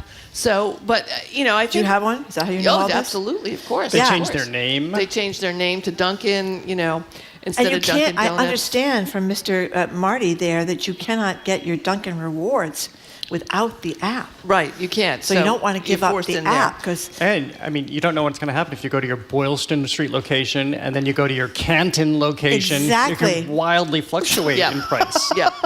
As we all know. So I think he's right. I think we need to hold the apps accountable. He's fighting for us all. And we have to look at our invoices when we're buying food, whether it's on an app or in person. That's my advice. So I see what you two have done here, moving off of Dunkin' for a moment. That's right. So you've orchestrated this so that I have to ask about these archaeological discoveries. I couldn't even say the word when I was teasing this. I think the word is phallic. I wanted to say phallic. Phallic. I guess I had a European pronunciation. The phallic. But what are quasi-European accent? Phallic. It's very controversial. These phallic structures. That's right. Yes. So they are controversial. What is happening? Lots of people in lots of trouble. Yeah. So, what's been in museums that we didn't quite know we're looking at? When you were younger and you would go on field trips to museums, right? And you would be with your schoolmates, like when you were in elementary school or middle school, and people would point at stuff and laugh and say, that looks like They wouldn't say phallic, but they would say, that looks like a you-know-what, or that looks like a you-know-what, and you would get shushed, right? Your teacher would tell you to stop. You titter. Your museum people would say, no, that's not it. Well, it turns out, according to this article in The Atlantic, that archaeologists are now discovering that what we thought those things were indeed those things, okay? That there has been this archaeological push, if you will, to not identify certain phallic objects as sex toys. Phallic, however you want to say it. As sex toys or sex devices for those pleasure. Wild and woolly that Romans. We didn't want to put our our 1970s ideals onto these ancient items. Marcus but it Aurelius. turns out that that is indeed. Not to mention Caligula. Wow, Jared Caligula. Jared is crying right now, for those of you who are on the radio and going under the table. I live down here now. So these archaeologists are asking every museum, you know, we're doing a lot of museum inventory right now. We're looking at stuff that has been stolen. That's right. Michelangelo's we're returning big trouble. You know, little trouble or big trouble, depending on how you look on it. And so they're asking curators to look at their things that they have and say, you know, we thought that was maybe a fertility tribute, right? Perhaps an idol of sorts. An idol, a fertility idol. Perhaps it was actually a tool. Yeah. Right. Yeah. Of sorts. Of sorts. And if so, contact them so that they can reclassify these items, not just as fertility tributes, but maybe as someone like a Stormy Daniels might use in some sort of movie or testimony. Well, they've gotten very scientific because they're looking at how they can tell how it was used and the wear on it. And Jared, have you seen our screen there? I think that might be Mark Antony with something odd in his let right hand. Yes. He's on his way to Cleopatra. Yes. well. Yes, the wear and tear on them has allowed them to decide what part of the body, very specifically within parts of the body, what part they might be used on. So yes. So we've advanced as a society that we can address this like grown-ups now. Yeah, because obviously they were addressing it like grown-ups in ancient Greece and ancient Rome and in ancient Africa, and now we're old enough to actually be mature enough to address it. And like everything else now, we didn't invent it. We did not We did not invent sex, as you know. No, all those websites now, they think they're hot and hip and new. In fact, like we said, way back when, you know, Aristotle, who knew what he was doing back there by the Parthenon? So I think Marjorie took a different Greek history and Roman history class than we did. I think there's some movie out there that she's seen that she's not letting us know about. I get mixed up. One they was wore Greek, dresses one was too. Roman. The togas. I mean, togas. you can say those are toga, drag. You know, it's terrible. This classical education. This is what you get when you go to Stanford, by the way. That's right. I actually had a teacher, speaking of Stanford, who told me that told the class that the Parthenon was built in the way it was because when you looked through the middle of the Parthenon, you could see two mountains that looked like breasts. And they were. And he was right. He was right? Yeah. I thought that was a little odd. No, I swear thought to God. that he was one of those weirdo professors that you should stay away My from. You know what I grandmother, mean? the bookie, as you've heard, Susie Quinn, had a lot of furniture. She had money for a short period of time and invested in some really great furniture, like from antiques. And one of the secretary desks had these round things in it. And as a baby, a little girl, I said something like, "Those look like boobies, of course." And my grandmother said, "Of course they are." That was the inspiration for this, well, and I there you think go. that she was right. That's incredible. Now, Sue, before we move on, are you into Wordle? I am indeed. I am indeed. I'm kind of hooked I on am Wordle. indeed. Matter of fact, I'd like to lodge a complaint because as I have social media posted when it first came out, I don't care about statistics. I don't care how quickly. I'm dyslexic, so I'm thrilled that I can just complete one. But lately, my stats have not been right, and I'm about to contact the New York Times about it because I'm upset about it. Well, sometimes it takes a really long time. They had a tough one.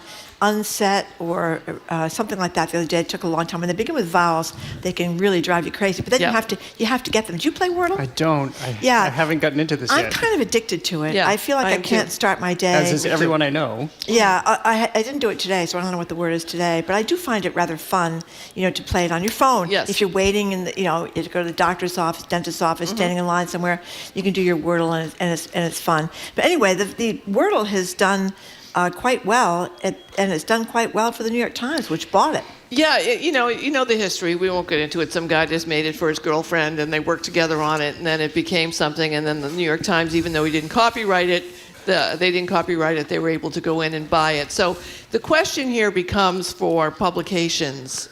You think it's just a stupid game, but you know what? Not to offend anybody, but the crossword's just a stupid game, and it has been the fundamental foundation of the New York Times on a Sunday, right? It has. You got to sit It's and do huge. whether you do it in pen Absolutely. or pencil, well, how quickly you do it.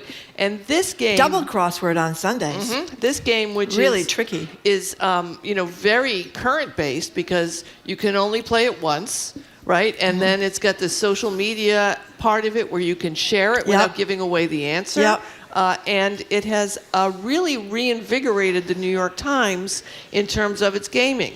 Right, Yeah. which you don't think of, but again, the crossword's a game. The spelling bee is something that I've started to play with. And That's really frustrating. Yeah. Because, boy, you have to be really, when I look at the answers to the spelling bee, I had never heard of half of these words, so that's very distressing. But you know what's really great? The mini crossword. Mini crossword. The mini is good crossword is too. great. You can do that in about 2 minutes, and you feel pretty good because it's not that hard. And you may wonder why this is important, but if you look back into our childhoods, when we got the newspaper, you had your crossword. The jumbles. You had the jumbles. Yes. You had the scramble, comics. You had the comic strips. You had the classifieds. You had a whole bunch of things that made you have a relationship with your newspaper, right? So the New York Times has really taken a turn here to bring that back and say, listen, come play Wordle, subscribe. If you log in and subscribe, you get to keep your stats, which I'll be talking to them about later on today. So it's really a great moment also because it's such a unique game in that you play it once, you don't come back and play it all day. I think you should try it, Jared. I don't know how many This words. weekend I'll try. How many letters is phallic? Is that P? Too many for letters you. for Two Ls. Wordle. You know what does have unfortunately. five? No, I won't Yeah. tell you. Okay. Thank you, Sue All right, O'Connell. we gotta go. Sue O'Connell, gotta media go. maven, always thrilled. Gotta go. That's right. Enough phallic talk Enough for you, phallic Sue. talk. We've Thank- covered it today. We've gone from A to Z. That's right. We've been speaking with Sue O'Connell. She's a co-publisher of Bay Windows and South End News and contributor to Current on NBC LX and NECN. Well, coming up, it's food and policy expert Corby Kummer on a whole other kind of impossible meat created in a lab with DNA from the long-extinct woolly mammoth. Would you take a bite? That's next. You're listening to Boston.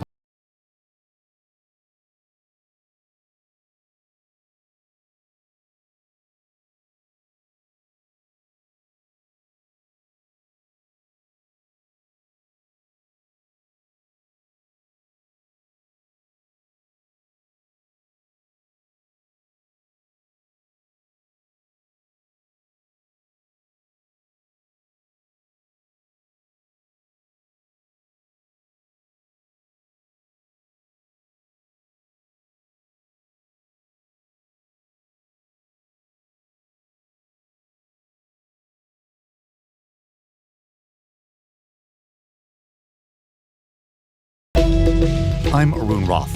Coming up on GBH's All Things Considered, Massachusetts residents are reacting to the indictment of Donald Trump. New census data show a drop in the state's population. And the minor league Woo Sox are starting their season. Those stories and all the day's news starting at 4 on GBH's All Things Considered.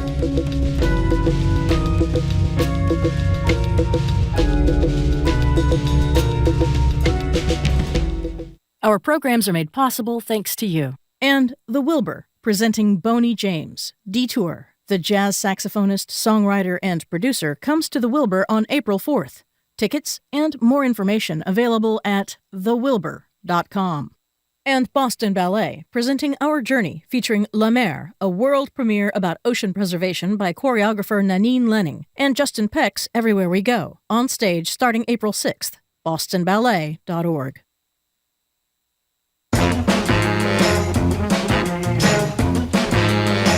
Welcome back to Boston Public Radio. Jared Bowen is in for Jim Browdy. We are live at the Boston Public Library, streaming on youtube.com/GBH News and facebook.com/GBH News. And we are joined now by our food policy man, Corby Kummer, Executive Director of the Food and Society Policy Program at the Aspen Institute, Senior Editor at The Atlantic, Senior Lecturer at the Tufts Friedman School of Nutrition Science and Policy. Hello, Corby Kummer. Hello, Mark. Nice to see you. And we have some very exciting news about the James Beard Awards. Some locals. So the James Beard Awards have been completely overhauled. They were paused during the pandemic, and the idea was, how can we make them more diverse? Both in New England, which when I was on the committee a long time, we desperately tried to do. But now it's really completely changed. It's a committee of judges who actually go and dine at every place. And that's it. There's I think 5 or 6 of them who cross the country and dining. So, let's talk a little. Actually, I didn't realize it. So it's just 5 or 6 that go to all of them. They don't farm out. It's not by region. So, for example, this article in the Globe was written by Deborah First. She was head of the same configuration of Restaurant Awards Committee when I was on it, which is to say a restaurant critic and lots of professional writers who all had their meals reimbursed by their employer, so they weren't taking free meals. And then in the new revision, and don't hold me to it because it's very hard to navigate the website, but my understanding is it's a very diverse committee of 5 or 6 former restaurant owners, people who really know the food scene, who go through many, many nominations, which, when they overhauled it, have to have like a diversity statement of how we encourage diversity and equity in our restaurant and how we treat our workers. Because, you know, there was, of course, the pandemic and Me Too and screaming in restaurants and tantrums. How are workers treated? That's part of the criteria now. So, you know, there's a whole different set of standards for the awards. So you have confidence that somebody's been looking at how they treat their workers, which, I think is the most important thing in a restaurant. So there's... right here in Boston, there's Crossy, Back Bay restaurant that showcases Greek meze and wine. Valentine Howell, who has been to Crossy? No. I'm going to go to Crossy. And we have Yisha Su of Yunnan Kitchen, creating a home for the cuisine of Yunnan in the South End. Okay, that's great. So we've got local people, and we've got this diversity in New England, in Mystic, Connecticut, Port of Call, at Cora Cora in West Hartford. And I grew up in Hartford. West Hartford was not known for its diversity, but now it has a Peruvian restaurant. So that's great. A Filipina chef owner, a woman named Marilulu Ranta at the Quarry in Monson, Maine. This is fantastic as hospitality award. Community Table in New Preston, Connecticut, where I've actually been. So, these places that gather community, that care about local produce, that care about authenticity and sharing different traditions, of which Boston has many. So I expect to see yet more Boston. Well, we have a James Beard finalist, Rachel Miller, that was with us in February talking about her great restaurant up in Lynn that is on that list too. And here is Rachel Miller. A lot of my decision to go to Lynn was how cost effective it is for a first time young female business owner for me to be able to offer the product that we do in a lower rent area. And also a place where there's free parking. That's huge. There's a lot more room for people to come. And her place is the Nightshade Noodle Bar, which Jim has gone to because he's a big restaurant kind of guy. And he said it was just unbelievable. So that is fantastic. All these different kind of off the track in some ways, that you wouldn't think of these James Beard, these really overpriced, really snazzy, fancy places. And this is really kind of neat. No, they completely changed it. And Deborah First herself gave it a 5-star rating. When stars came back after the pandemic, Deborah added a 5th star. There had never been one. So that's the very top of Deborah's list. So it's great that Beard is recognizing it. And my question is, what does it do to these restaurants when they have this level of recognition? Because it kind of changes everything a little bit overnight, doesn't it? Are you implying that it wrecks them because they can't keep up with the business and they lower their standards? Well, no, but I do wonder about Is that what you're asking? When suddenly you are a smaller restaurant and you're working intently as ever already, and then you get this recognition and everybody wants to beeline to you, what that does to a business. Sure. The main thing you'll hear from somebody who gets written up or gets an award is, what I need is repeat business. So Rachel in Lynn, who's going because it's affordable and there's free parking, what she's really interested in is serving her community. Community tables built into the name of the New Preston, Connecticut place. So what's tough for them, and in Restaurant Week when there's discounted weekly things, is are you going to get repeat customers? Are people coming through the door because they're going to come back? So that can be a problem for a while, but it's a good problem to have. Yeah. So kudos to my old newspaper, the Boston Herald. This is a great story by Lance Reynolds. It's an upsetting story, but it talks about food insecurity going up right here in Massachusetts, one of the richest states in the Union. The reporter says that the Salvation Army Chelsea Corps Community Center had to shut down 2 hours early just recently after employees and volunteers had run out. They supplied all 1,200 food boxes in less than 4 hours. It's a wonderfully written story by Lance Reynolds, and Yes. I'm going to follow him from now on. So we may think the pandemic is over, and here we all are without masks. Hunger is not over. In fact, hunger is rising. Food insecurity is rising across the country because of the end of the pandemic extension of SNAP benefits that were hugely beneficial, lifted 14 million people out of poverty.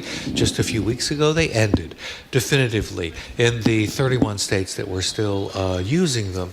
But now inflation has stepped in, and it's inflation that's increasing hunger and making local food banks really scramble to try to meet the needs of families that are coming in.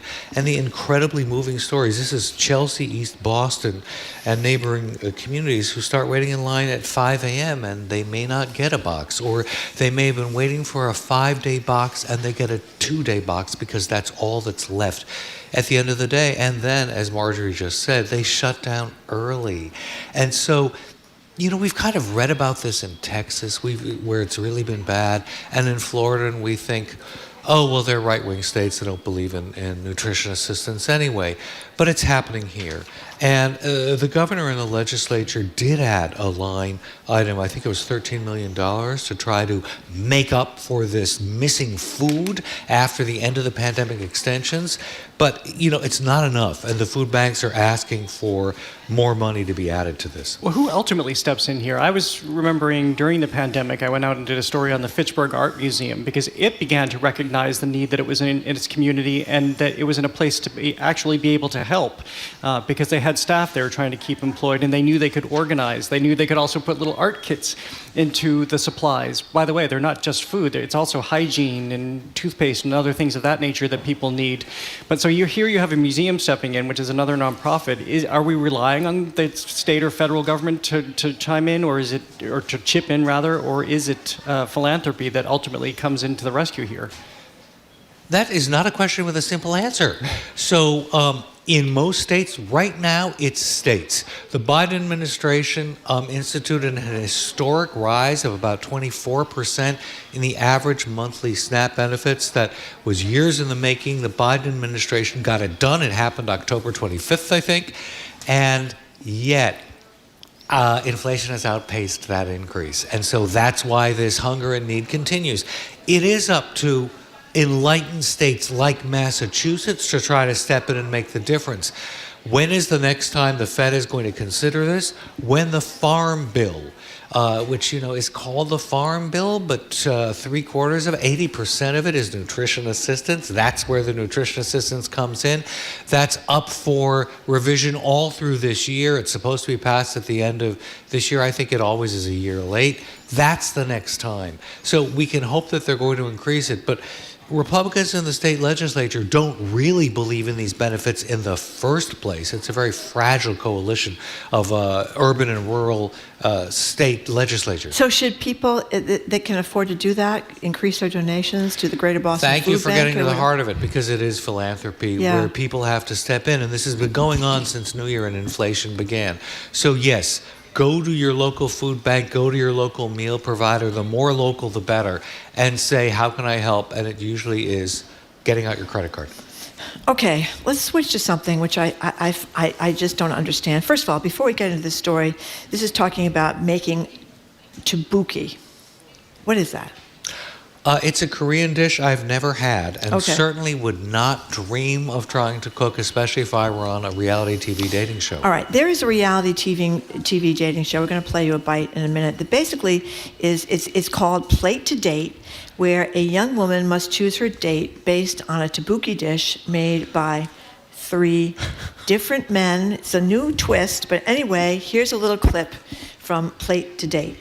I feel like you can tell a lot about a guy just based on his cooking. So, Blue, you're gonna try the 3 tteokbokki dishes cooked by 3 different single guys, and based just on that, you'll decide who you're going on a date with. This man definitely goes above and beyond. I feel like he's very puppy, like golden retriever, very wholesome energy. I feel like this person's like an artist of some kind. True. Or maybe he works in like the beauty or fashion industry. Oh, she got it. She got that. Okay, I guess the bottom line question here is, do you decide how good a person is for a future mate based on his cooking skills, because that would eliminate an awful lot of the men I've known in my life. Right, and I don't think, some what does people that here, say? some women, I don't know. I won't Maybe name that's any why it names, hasn't worked out. but some women in this conversation would not wish to be judged on their cooking skills. That's right. I am one of them. I am definitely one of them. So what does it say about me? But food is love, right? Food is love. Food is love. Yeah. The way to a man's heart is his stomach. I think this is the most ridiculous way to decide if you are going to be compatible with somebody. Now, I think it's very open to argument. You could have a listener call in, but the idea of a blind date where somebody has to prepare food that you taste, I think it's like, be careful what you wish for, because you might have this horrible couch rat perfectionist when the chef. What was the name of the TV series about a burnt-out Chicago chef who was a tyrant? The Bear? The Bear. The Bear, yeah, that was a good show. And that occasioned an article with a lot of professional chefs saying, when I get home, all I do is want to sit on the couch. And do you think my girlfriend or wife is going to get any of my cooking? Forget it. I am tired. So, or if you have a perfectionist who won't let anybody help in the kitchen, the whole idea is collaboration and having fun and giving love in a way that doesn't exclude the other person. Okay, you're our food man, Corby, so I want to know. This story was out of the Washington Post about this cooking show, and they had a couple of other suppositions in here, which I wasn't sure about. One of them was that how someone eats and cooks determines their sexual skills. Oh, I think that cooks would like the world to believe this. And, I think it's completely ridiculous. Certainly we can talk about table manners being really important in old-fashioned job interviews when people actually weren't virtual. So, whether you could take somebody out. That was all really important. But sexual skills... have lunch with them and watch their table manners. Yes, exactly. Yes, and whether, important. you could show them in public. But that's completely gone by the wayside in virtual work. And what does it matter? As far as sexual skills, I think there's a lot to be done with this subject. All of it will be wrong and on the part of the people who make up the rules. Okay, one last question. The late, great Anthony Bourdain, whose death was such a tragedy, we all mourn. He was a great guy on television, a great chef. He said, previously obviously, that if you don't like sex, you can't cook. Okay. What do you think about that? No, I think if you don't like sex or you don't like eating, maybe you don't like sex and enjoying sensual pleasures writ large. Oh, okay. As far as knowing how to cook, what if Anthony Bourdain was a master carpenter and it required manual dexterity and skill? There are many other, or a musician who knows how to use her or his fingers or breath. There's all kinds of different professions that can start saying, we're the best sexual performers. Okay. All I wanted to do is talk about the woolly mammoth meatball, and now we're out of time. So we are out of time. We'll save it for next time. But I had to get in those Anthony Bourdain sex questions. It was very important. I was instructed by someone who whispered in my ear. I won't say who that might have been. Thank you very much, Corby Kummer. All right, we have been speaking with Corby Kummer. He's Executive Director of the Food and Society Policy Program at the Aspen Institute, a Senior Editor at The Atlantic, and a Senior Lecturer at the Tufts Friedman School of Nutrition, Science, and Policy. After a quick break, Peabody Award-winning public media journalist and best-selling author, NPR's Andrea Bernstein, joins us with more reaction and insight into the mammoth political moment, the indictment of President Trump. You're listening to Boston Public Radio, 89.7 GBH.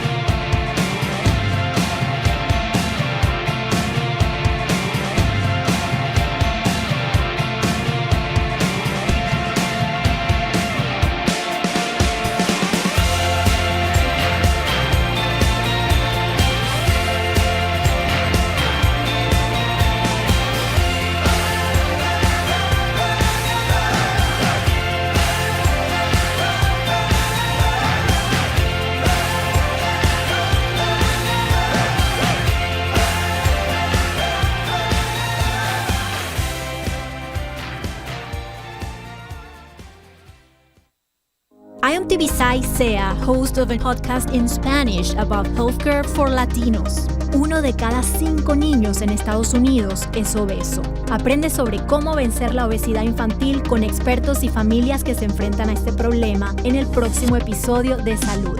Escúchalo este sábado a las 9:30 de la mañana por 89.7 GBH. Listen tomorrow morning at 9:30 on GBH 89.7 o donde sea que escuches tus podcasts.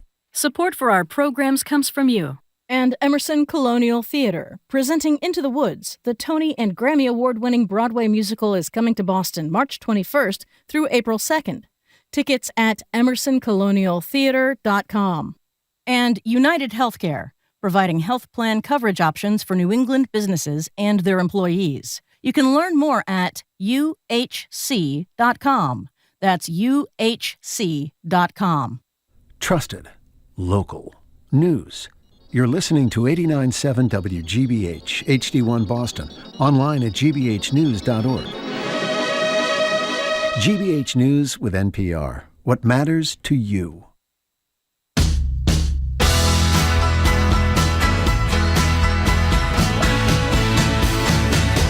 Welcome back to Boston Public Radio. Jared Bowen is in for Jim Brady, who took the day off to be our Mar-a-Lago correspondent. Tragically, he can't get anywhere close to Mar-a-Lago because it's all blocked off. But in any case, we are live at the Boston Public Library. We are streaming on youtube.com, GBH News, and facebook.com, GBH News. And we're thrilled to be joined right now by Peabody and DuPont award-winning journalist Andrea Bernstein. She's a reporter for NPR. We just heard her this morning on the news, and also ProPublica, and author of the New York Times best-selling book, American Oligarchs, the Kushners, the Trumps, and the Marriage of Money and Power.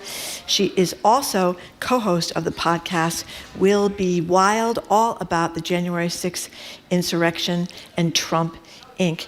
Andrea, thank you so much for being with us and taking the time. I know it's a very, very busy day for you. Thanks. Sure, no problem. Yeah, well, we wanted to start with some of the political reaction to this indictment of the former president. I wanted to start with Maggie Haberman, who wrote the book Confidence Man about Donald Trump. And she was on CNN last night talking about what Trump may be thinking himself about his pending arraignment. Here she is. This is somebody who has spent more than 4 decades trying to avoid being arrested or being indicted. And so this is a really scary moment for him, despite whatever he says.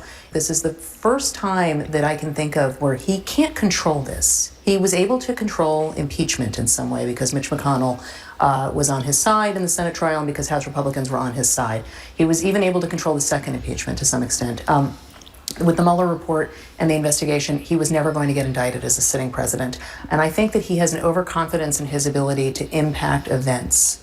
So, Andrea, you know an awful lot about Trump and the whole family. Do you think Haberman's right?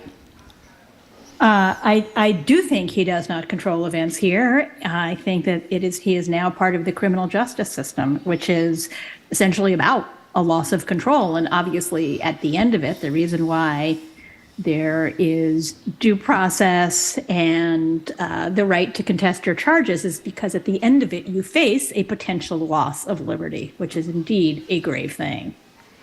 So to what degree will he try to manage this?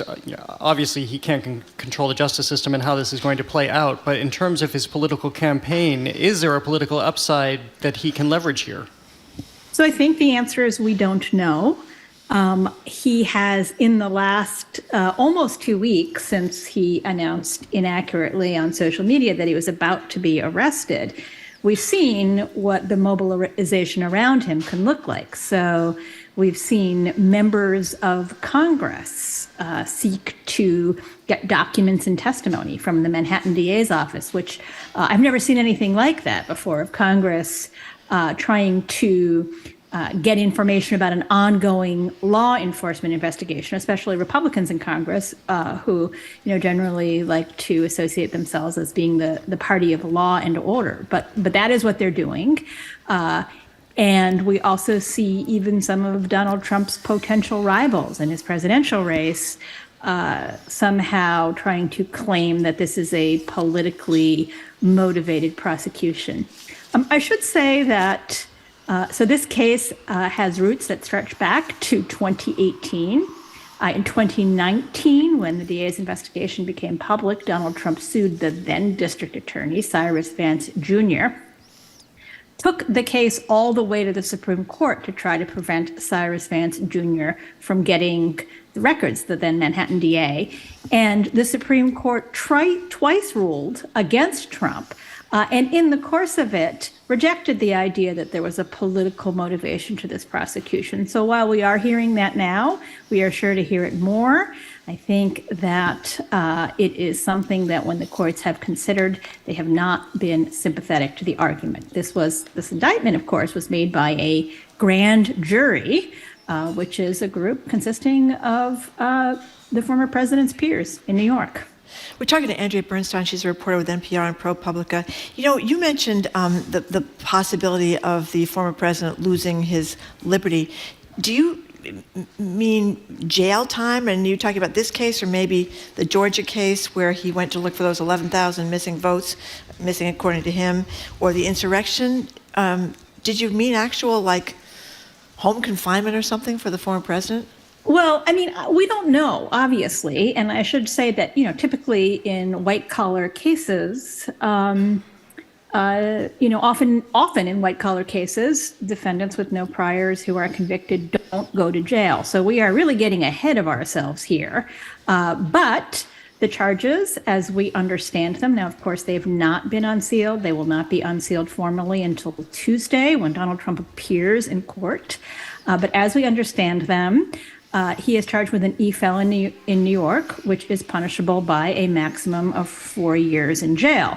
That doesn't mean that Donald Trump would get that, but that is the penalty.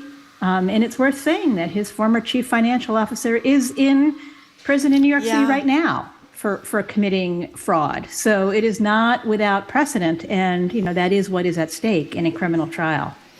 How prepared is he for this? I know that sounds like a ridiculous question, given that he was the one who flagged that he was about to be arrested a couple of weeks ago. But we also were learning that his team was actually unprepared for this to happen last night. And we've seen the revolving legal teams that he's had over the years. Yes, well, the signals that we were receiving both publicly from the former president and privately from the people around him was that they didn't think anything, they appeared to conclude that nothing was going to happen until after the spring holidays. That turned out not to be the case. Yeah. And, as we've been trying to emphasize in our reporting, grand juries in New York are secret and unpredictable. And at the end of an investigation, the grand juries can ask for more evidence, they can ask for more testimony, they can ask for breaks. So the schedule becomes something that is really hard to predict. And most of the time, people aren't paying attention. I can't think of a case where someone was sort of paying attention to a grand jury schedule like we've been paying attention in this case. So we're really trying to understand something that we've never been through before. Andrea Bernstein, you wrote the best-selling New York Times book, as I mentioned, American Oligarchs, the Kushners, the Trumps, and the Marriage of Money and Power. I wonder if what you're reporting for that project, how that might fit into what's going on now. Yes. Do tell. If I had $1 for every time somebody asked me why Donald Trump has never been indicted, I would be a wealthy person. He and his family have been investigated many, many times, going back at least to the 1950s, for often strikingly, similar practices of changing business records in order to, maximize their own money and their own power. And we've seen investigations by federal authorities. We've seen, one of the things that I wrote about in my book, and I wrote about with ProPublica and the New Yorker and WNYC, was how his two children, Don Jr. and Ivanka Trump, avoided a criminal indictment in Manhattan. So it's a pattern we see over and over again of the sort of Trump family business practices being examined for alleged different kinds of fraud, and for Donald Trump using all the means at his disposal. Prosecutors that he has tried to bring close to him by making generous donations, by inviting people to his weddings, to his daughter's wedding, by sort of tightening ties, by some of the things that we saw during his presidency when he was, faced with 2 impeachments, which is a sort of combination of cajoling people, bullying, and, not participating. So he has managed to sort of use these extraordinary powers of persuasion. One of the things that's interesting is I was thinking today about the day that Michael Cohen was sentenced in federal court in Manhattan, and I was there, and Cohen's lawyer pleaded with the judge, and he said, show this man some leniency.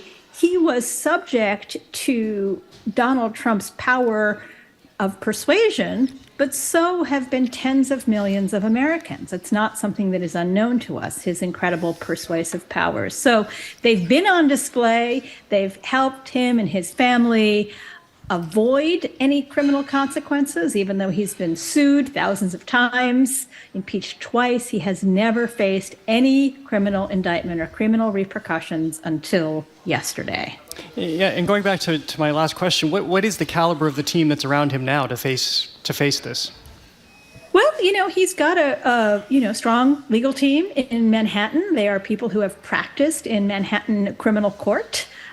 So there are, somebody who was a Trump lawyer once told me that he hires real attorneys when he really cares about the case. So he does have in Manhattan a serious criminal team. Now, he obviously has if you sort of look at more broadly what has happened to the lawyers around Donald Trump is you have Michael Cohen, obviously, who went to prison, who was a lawyer who represented Donald Trump. You have Rudy Giuliani, who is being, sued and investigated in multiple jurisdictions. And you have some of Trump's other lawyers who have been forced to testify in the special counsel's case. So I do think that, Trump has probably made things complicated for himself by the way he treats his lawyers. In many cases, he, didn't pay his lawyers, but he does seem to have in Manhattan a team that is experienced at handling criminal cases. And, like every criminal defendant, he is entitled to a defense and to, he is, of course, innocent until proven guilty.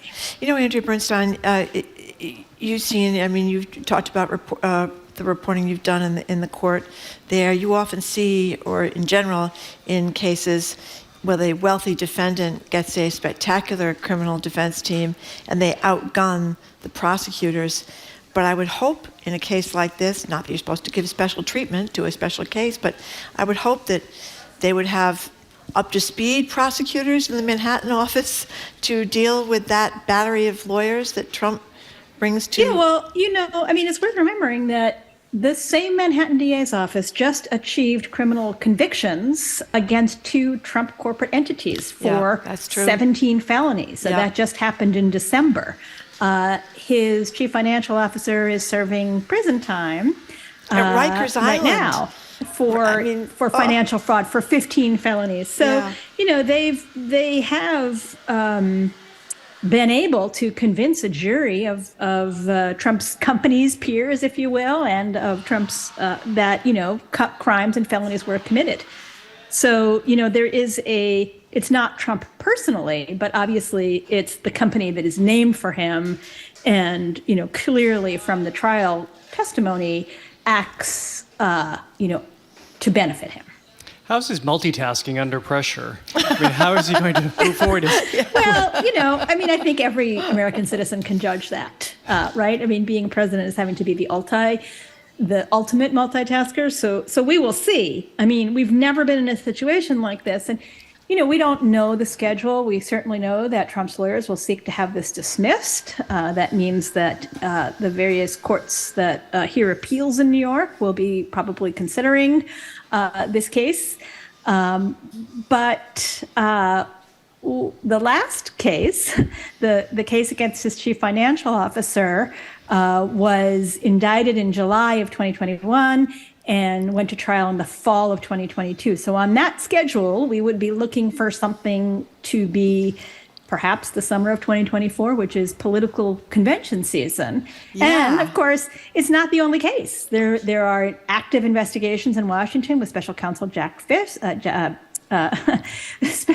Special Counsel Jack Smith, and in Georgia with Fulton County DA Fonnie Willis, who is looking into election interference. So there may be more than one.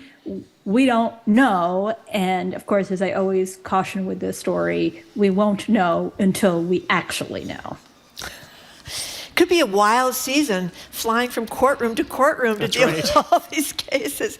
Hey, Andrea, thank you so much for joining us, and congratulations for all your great work.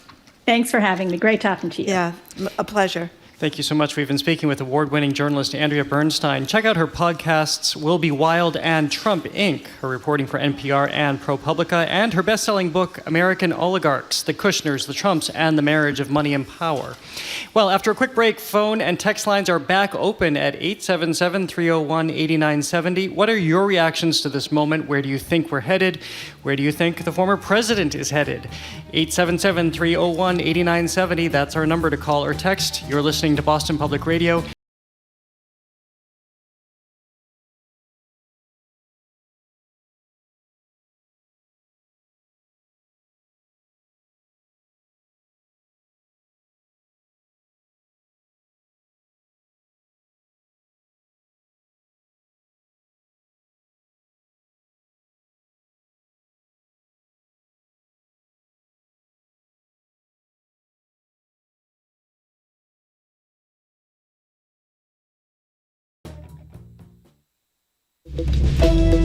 I'm Arun Roth.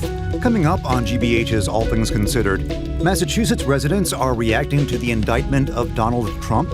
New census data show a drop in the state's population, and the minor league Woo Sox are starting their season. Those stories and all the day's news starting at 4 on GBH's All Things Considered.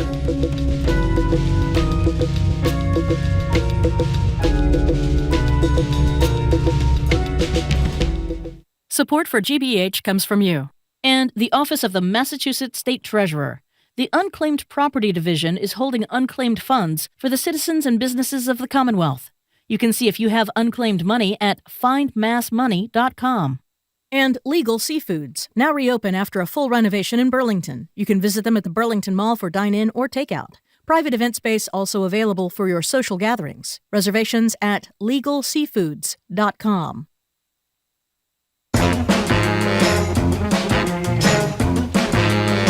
Welcome back to Boston Public Radio. Jared Bowen, Executive Arts Editor here at GBH, is in for Jim Browdy, who's got the day off. We are broadcasting live from the Boston Public Library, as we do every Tuesday and every Friday, and we are streaming at youtube.com/GBH News and facebook.com/GBH News.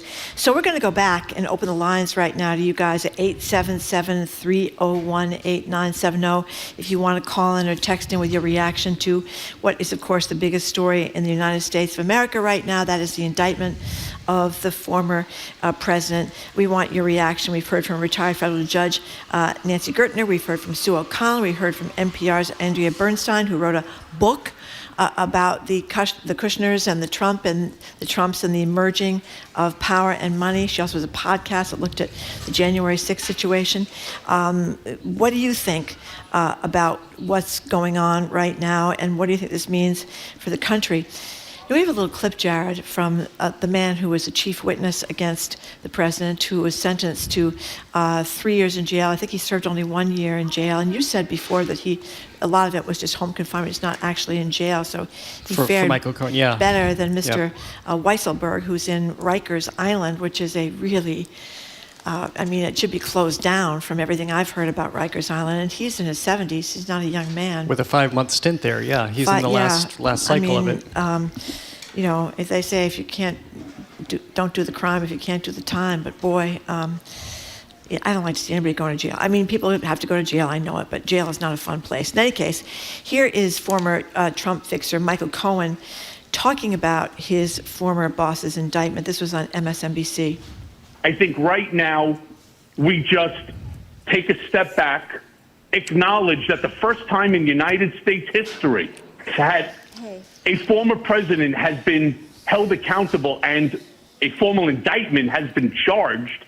But more importantly than that is that it shows that the rule of law, that justice still exists in this country and that accountability really matters. You would never guess he's from New York by the accent, would you? But, this is one of the issues, right? Michael Cohen was sentenced to 3 years in jail for doing what we believe this indictment is going to charge Trump for, but it was different under Cohen because it was the federal prosecutors coming after him for a federal crime.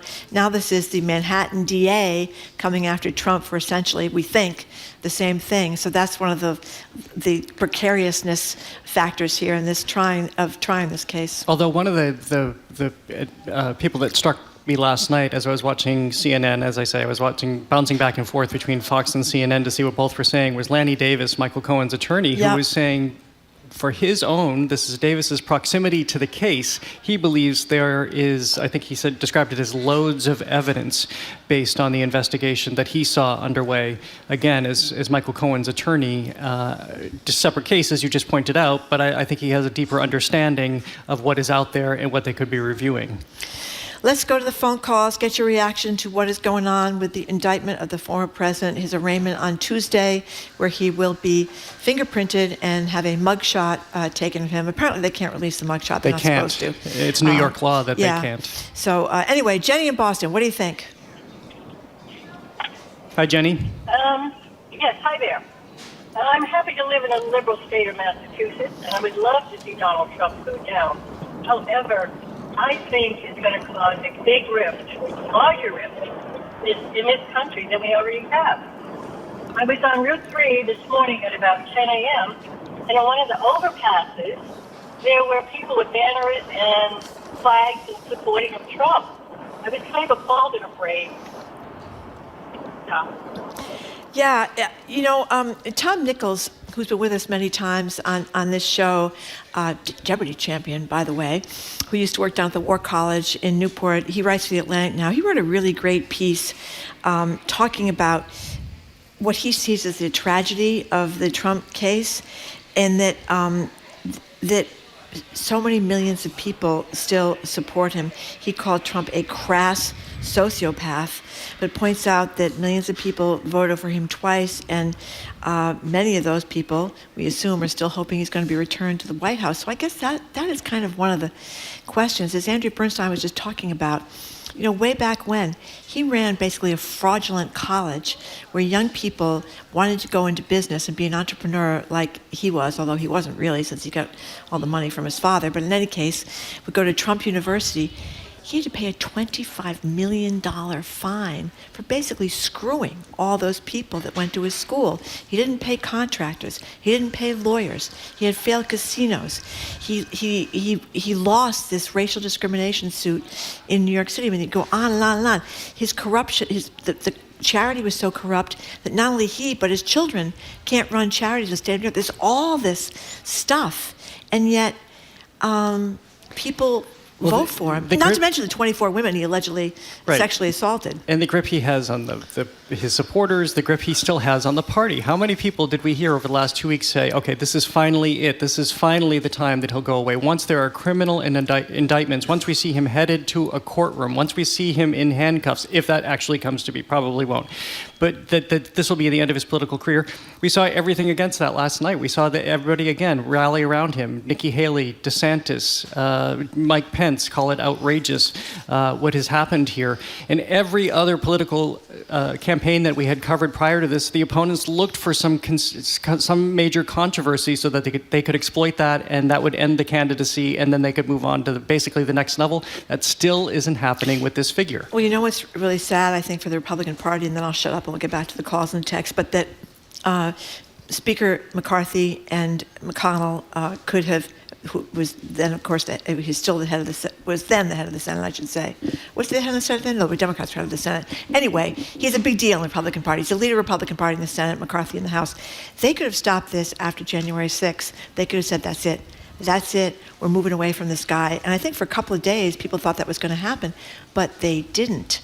They didn't. And look where we are now. And part of me wonders whether Fox News, which was losing a lot of viewership when they called the election for Joe Biden, and people were going to Newsmax and One American News, whatever it is. They were really worried about the business. We've seen that in the text. They were worried about losing money.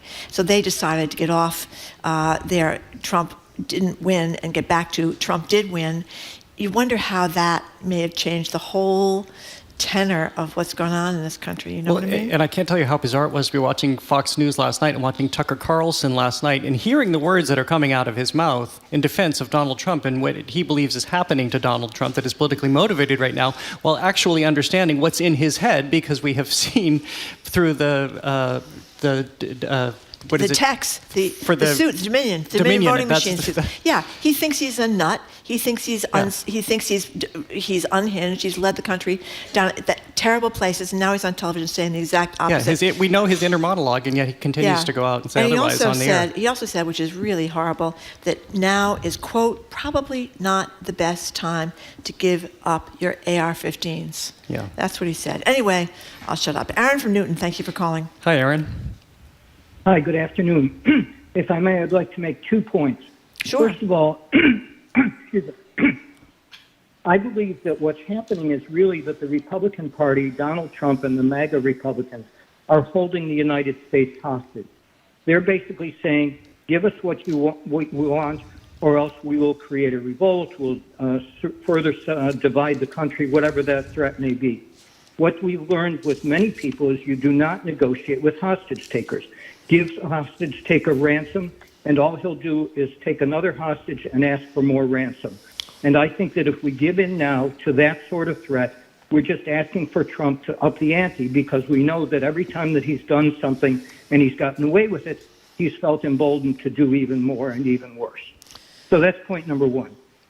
The second thing is, I'm reminded of a wonderful scene from the movie City Slickers with Billy Crystal. And Billy Crystal is riding along on a horse with Bruno Kirby.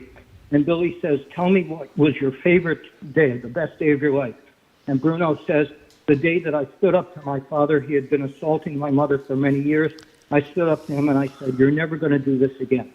Ooh. And then Billy Crystal says, what was the worst day? And Bruno says, the same day. And that's what we have here. It's a wonderful day that this person and that any person will be held to account. It's a terrible day to have to do it to the president or a former president, but nevertheless, standing up, being proud, and being as strong as you can for your principles can never be wrong. That's my speech. Aaron, that was a great call. Fabulous call. Yeah, thank you, Aaron. Thank you very much. I have to go back and rewatch City Slickers.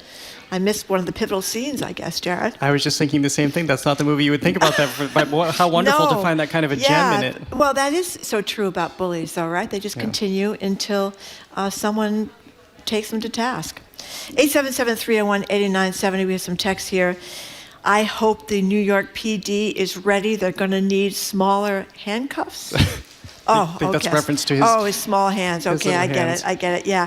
Well, the New York PD, I guess they sent out an edict yesterday that all 36,000 of them, whether they're detectives or captains, whatever they are, had to show up this morning at 7 o'clock in uniform, correct? In uniform, everyone, to be prepared for what they thought was coming. And needless to say, there were only 800 Capitol Police and I think a few hundred Washington, D.C. police down at the insurrection. So I think a 36,000 person force is pretty formidable, would you? I would argue the same. But if we rely on our own Jim Browdy, though, who is, last we spoke, he was literally outside of Mar-a-Lago with 9 other pro-Trump supporters, then maybe they don't need that many people in New York right now. Let's go to Sean in Connecticut. Thank you for calling, Sean.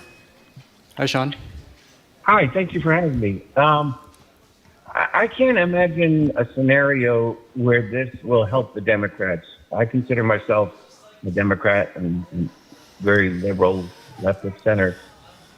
And one of two things can happen. Either this results in Trump not being able to run in the next election, or he can run. Even if he gets convicted of a manslaughter, he's going to use this to say, look at this witch hunt that was perpetrated against me. And if he ends up not being able to run, then people are going to feel like there's lots of people that support him, and democracy is being subverted. Either way, I think the Democrats, this is the wrong case to make our stance.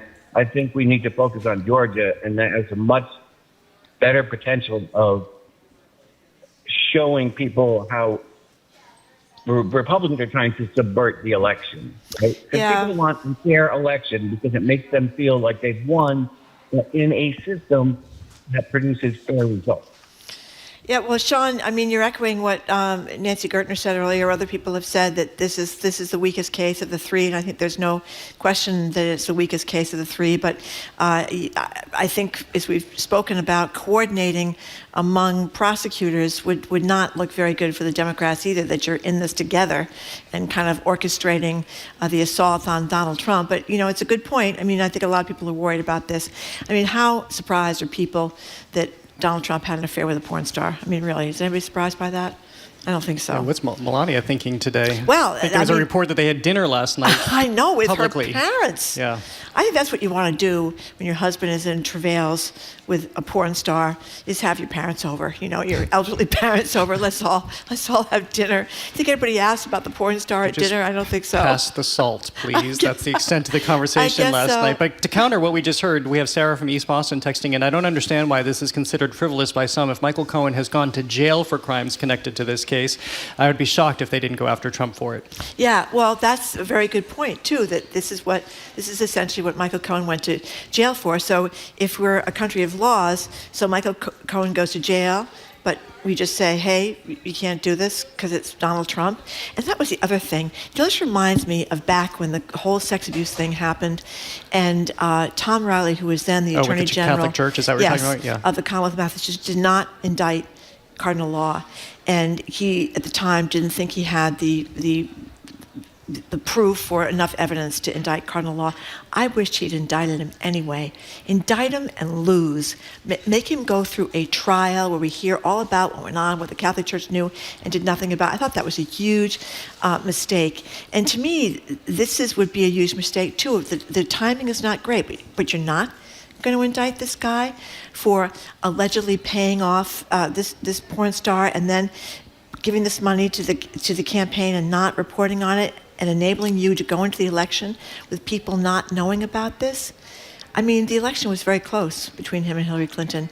I don't know, maybe some people wouldn't want to vote for somebody who is trying to pay hush money to a porn star. Well, as we keep saying, nobody's above the law, especially when you've been flaunting it for more than 40 years, as Maggie Haberman has been pointing out. Should we go back to our callers and go to Frank calling from Rhode Island? Hi, Frank. Yeah, hi, guys. I really enjoy the show. I just have a question I'd like to maybe pose to the public or to you, Marjorie, specifically. If you feel that we as a society have evolved or devolved when you compare the way that the government has handled the situation between Donald Trump and Stormy Daniels versus the way that the Monica Lewinsky and former President Clinton situation was handled. Because it seems, although they're not obviously completely similar, that there are, completely alike. They are similar in nature.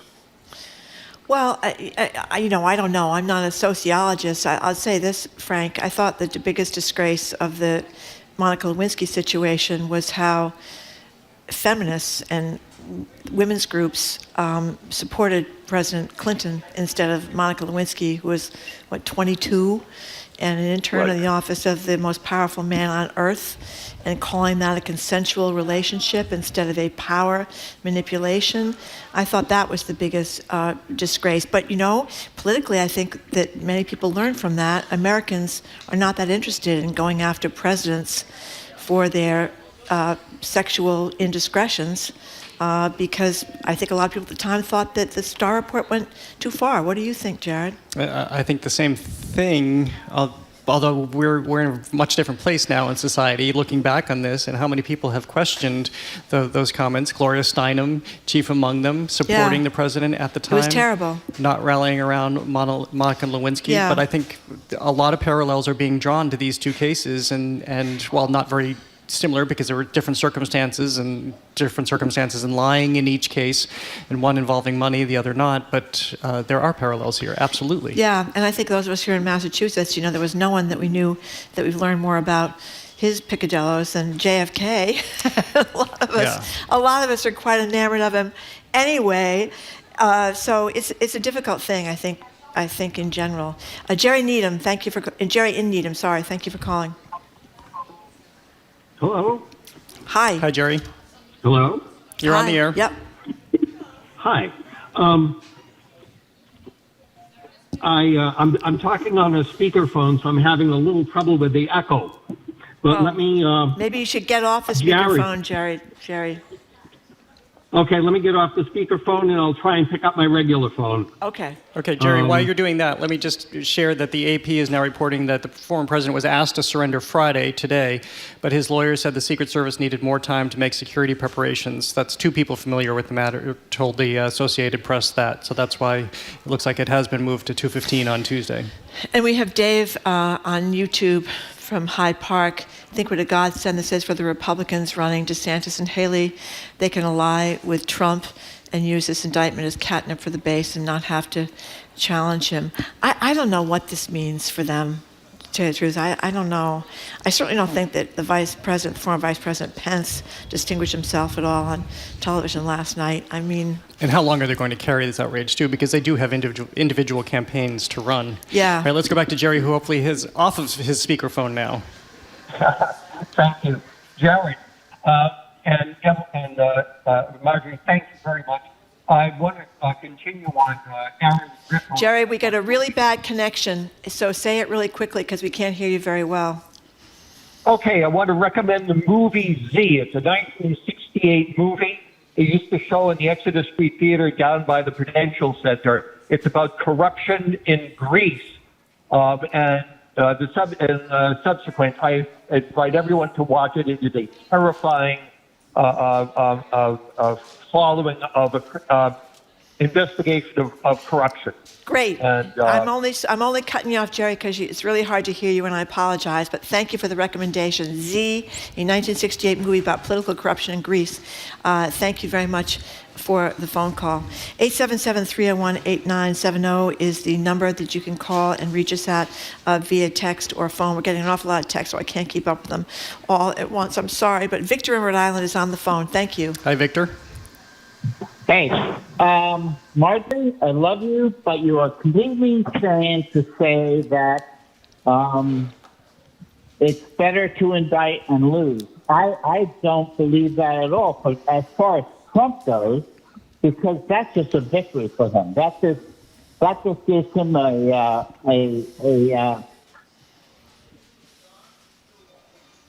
propaganda victory on his tourists, and see, they had nothing.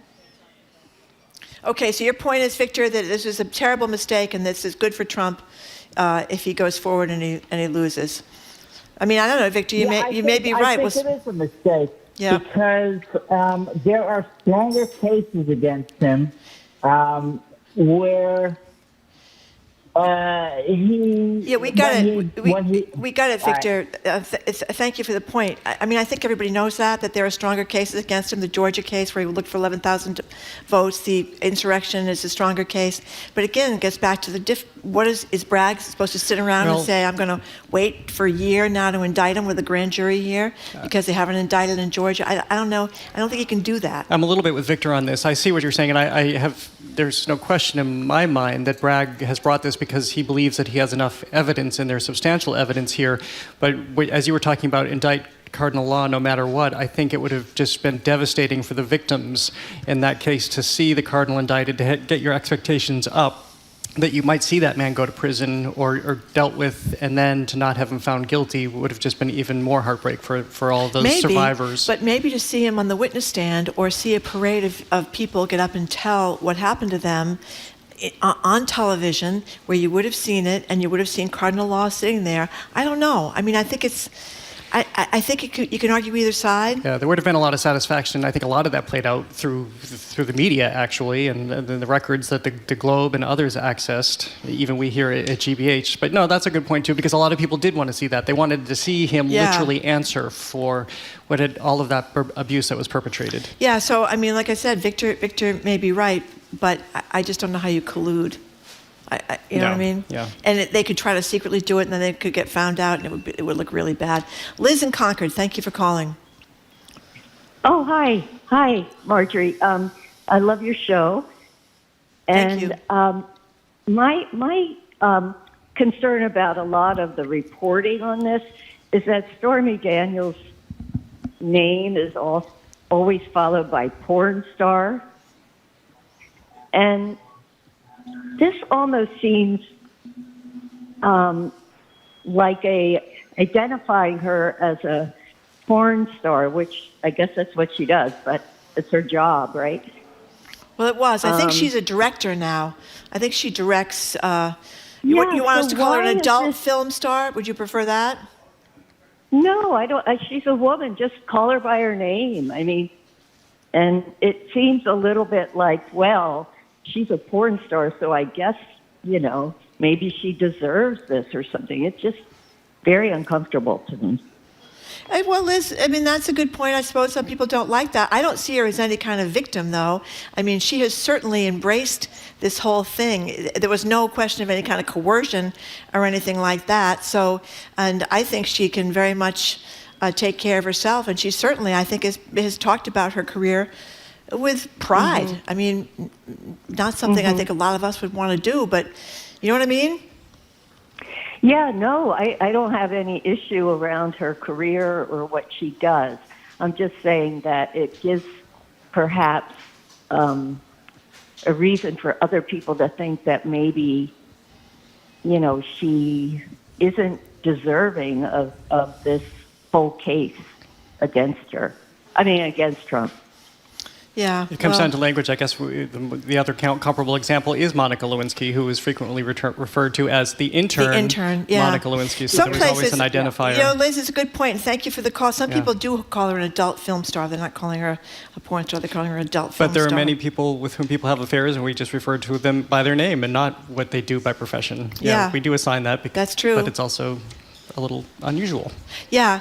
To me, it says something more about the president, I guess. Yeah. But anyway, I can see where people would be upset about that. Bob from Plymouth, you are next. Hi, Bob. The wonderful Marjorie Egan. Oh, hello, Bob. Jim is out lurking about some hot bar in Florida. That's right. What's up? Jared? Yeah, what's up? Jared, I want to know the truth. Are you parked in Jim's? When we're at the library, it's a different parking scenario, so I couldn't take his spot today. But if he did have a spot here, I would have taken it. Yeah. Did you know Jim was talking about how you took his spot one day and how he had to key your car in retribution? So, Bob, do you know who took my spot the other day? My spot? Marjorie. I took it. That's right. I snuck right in there. I was in spot number 2. There's a lot of spot stealing going on. That's there. right. Jeez. Exactly. You got to get space savers out there. It'll be like in Southie. Huh? That's right. So do you want to weigh in on the president or not, Bob? Yeah, I don't think this case is going to make a bit of difference.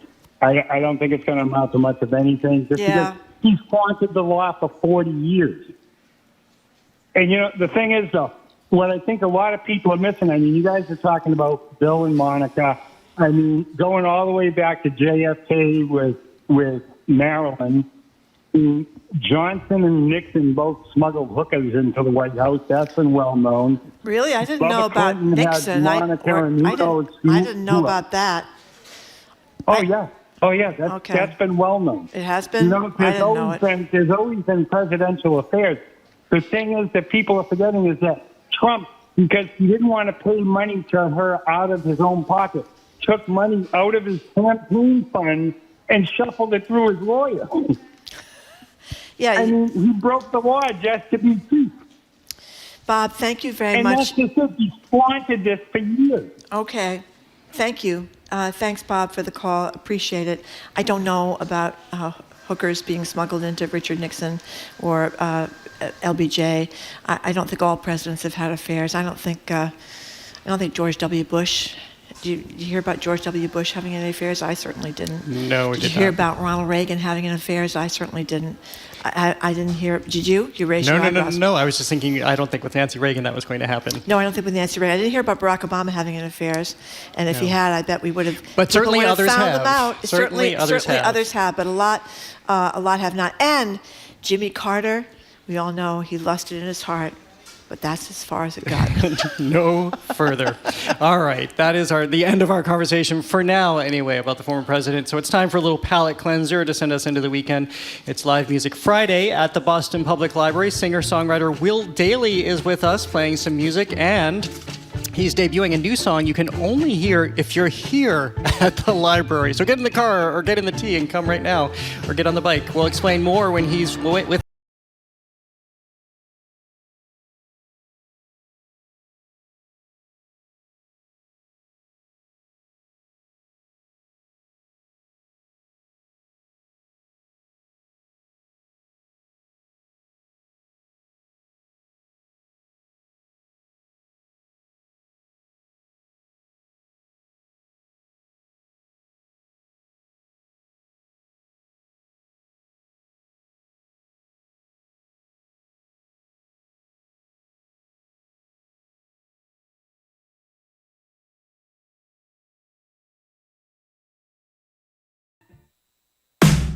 "47 states have introduced anti-trans legislation. Here on The Takeaway, we're marking International Day of Transgender Visibility with an entire hour dedicated to some conversations, stories, and voices centering trans folk. Legislate that. That's next time on The Takeaway from WNYC and PRX. This afternoon at 2, here on GBH News 89.7. Funding for our programs comes from you and Rockland Trust Bank. Their team is dedicated to bringing the vision of your business to life, providing support and advice tailored to your specific goals. Rockland Trust Bank, where each relationship matters. Member FDIC. And Trinity Rep. This spring it's 1972, the Watergate scandal, Vietnam War, and the fight for equal rights. The Inferior Sex is on stage at Trinity Rep now through April 16th. Tickets at trinityrep.com.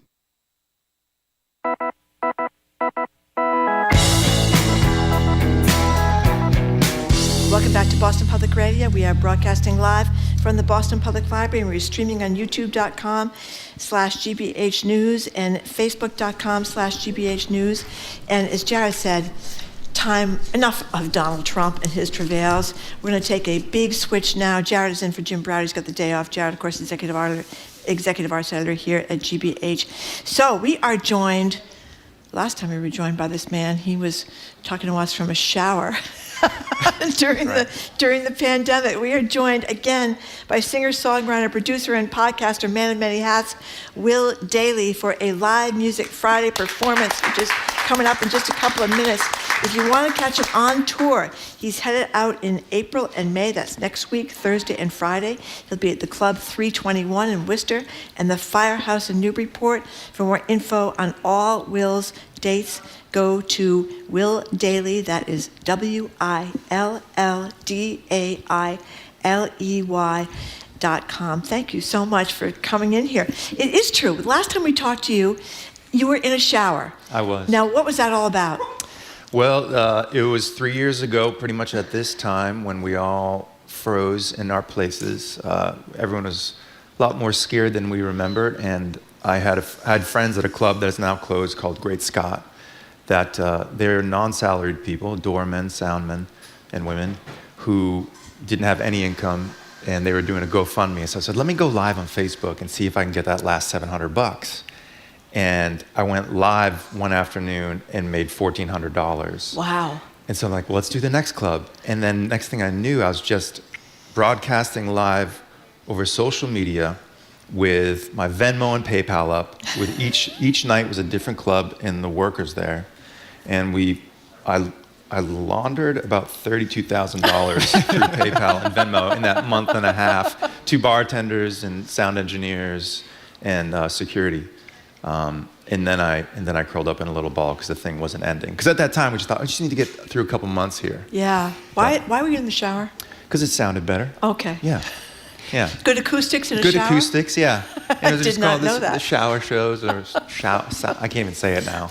Shower shows, yeah, that's hard to say. So now, 3 years later, what is it like to be a performer on the other side of this? Are you a different performer coming out of it? I definitely am. We were just in the studio last week tracking live, which is a rarity now. Like mostly artists are tracking and they're sending their songs over the web to another play in another place because it's just more affordable. The economics of creating art is driving us further and further apart. So thanks to a Boston Lab grant, I was able to have a session. We did 5 days, 12 hours a day at Q Division in Cambridge, Mass. And I was employing 8 people. We were all in the room together tracking at the same time, like you would see in the Beatles documentary. Yeah. Wow. And after each take, I was like, why am I crying? Why is this so emotional? And everyone just had chills because not only is it hard to do in the economics of art now, to be together and having that cerebral moment of creating together, but being in a tight space like that and doing it at the same time has been a long and time being coming. able to do it, because this is what I'm talking. This is what I hear so many artists saying. And I think that so many people were on the road for so long, and there is a grind to that. As much as you enjoy what you do, that they realized that they had taken it for granted when it was gone. Right, and there's a catharsis, and there's the aspect of, look, we have fire, food, sex, and live music.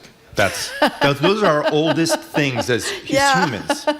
And there's something really important about the music aspect that gets lost as a value in our culture, especially in America. When I go and play other countries, it's odd to me how much more reverence there is in some countries.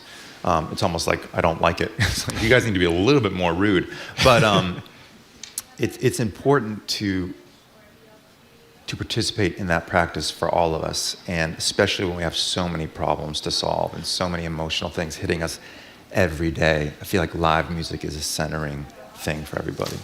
Well, speaking of live music, and we're speaking with Will Daly, he's going to play for us in just a second, but you've got this tour coming up, which I want you to tell us about, but I also want to tell us about this song inspired by the cover of Joni Mitchell's Clouds album, where she's looking, self-portrait, right? It's a self-portrait. She's handing, it's not an iris, but I thought it was an iris, so I kept it in the lyrics. But it was an album that was given to me at an impressionable age, and I think those pieces of art matter to our minds at that moment. And then when it's an artist that can kind of still give you something years and decades later to think about and experience, she's just kind of hung over my head the whole time. And I had this album artwork in my dorm room, in my bedroom, and now it's in my home studio. And I had written this song about it, and it was actually the first song I tracked when we were able to work together. And me and my longtime production partner, Dave Brophy, and a gentleman named John Evans, who's worked with Tori Amos for decades. Wow. We went and we worked together with masks, and I did the song, and it came out to be 6.5 minutes, and it felt like a catharsis. And I was like, I'm just going to keep it to myself. And I went out and released other songs in the meantime. And then, I don't know, I just popped it on a couple months ago and felt rejuvenated by it. And I thought, if I put this online, 100,000 songs come out a day. 100,000 songs. Is that right? We are in the tyranny of content. Think of your Netflix queue, all the books you want to read, all the articles you want to read. It is too much for our existence and our time together to take all this in. And what am I doing as an artist if my creativity stops when I'm done recording? Why am I going to take this piece of art, honoring somebody else who's influenced me, throw it into that abyss of 100,000 songs, which get another 100,000 songs piled on it the next day? What am I saying about the value of what I made and the people who worked on it? So what I'm doing on this tour, we got about 22 dates, East Coast, Midwest. It's going to be on a Discman on my merch table with a set of headphones. You can pay whatever you want. I think it should be $10 because I want to see what happens when you pay $10 to listen to something that's a response to a piece of art. It has a journal with it, with the credits in the lyrics, and you can write in the journal what you thought the day you heard it, where you were. And it's just going to go everywhere with me, and I'm never going to put it online. And it returns us to the practice of listening is what I hope will happen. That someone will say, all right, I'm going to take this Discman before or after the set. I mean, maybe 3 to 10 people a night can do it. And I don't even know. I've never done this before, and I have nothing else to base it off of. But I imagine, all right, 3 to 10 people a night that we can manage to take it for 10 minutes and listen twice. And what happens to that experience? Because you know that you're the only one you're the only one in the world listening to that song. And I've only the guys who've worked on it, the mixer, and the 3 of us who recorded have heard it so far. So are you doing this right now at the library here? Are you doing something? I got the mix last night, and I have the Discman and the headphones and the notebook So if anyone wants to hear it, they can today. Where do they go if they want to hear it? Just come grab me afterwards. You Okay, know? come grab you afterwards. Okay, yeah, there's we'll be security grabbing. here, so that if something happens, we can, you know, if I get roughed up. So can you play for us now? I can play, yeah. What are you going to play? Oh, let's see. I'm going to play a song I've just been stewing, listening all day as I listen to you guys every day. Oh, thank you. That's nice of you to say. I just feel like, you know, Donald Trump doesn't deserve our joy or our anger. He doesn't deserve any emotion from us. And whether this influences Democrats positively or negatively doesn't matter. There's people sitting in jail wrongly right now who couldn't afford counsel. There's millions being made off of marijuana right now with people who are sitting, people mainly of color and lesser means who couldn't afford what he can afford. And they deserve our anger more than he does. And so I'm going to play a song called $300 Man, which is about a term I learned from Ken Burns' Civil War series. It's what you could pay to get out of serving in the Civil War. Oh, terrific. Okay, we're going to hear it right now from singer, songwriter, producer, podcaster, man of many hats, Will Dailey. He's here for a live music performance. We're going to hear more about his tour coming up next. But if you want info on all the dates, you go to willdailey.com. That's WILLDAILEY.com. And here is Will performing $300 Man.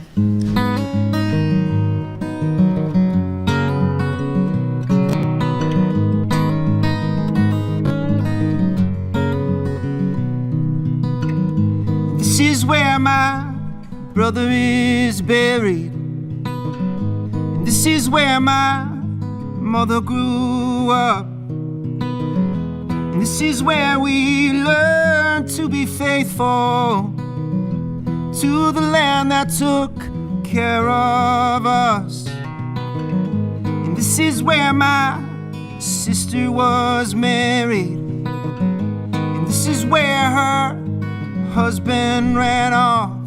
And I tried, I've done the best I can, but I'm no $300 man.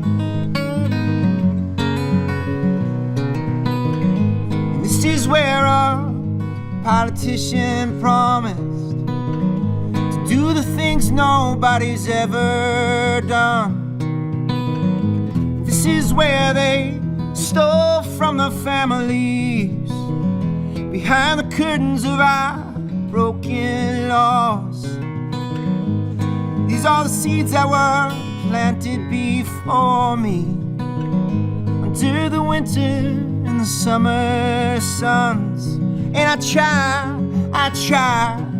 I've done the best I can, but I'm no $300 man.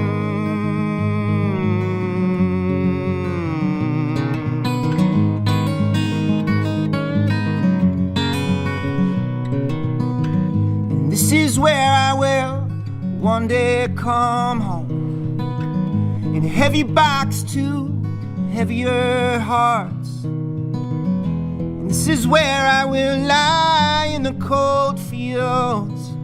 And this is how the flood is held off. We are the reason, even if it is forgotten, that we've ever made it this far. And I try, I've done the best I can, but I'm no $300 man. And I try, I've done the best I can, but I'm no $300 man.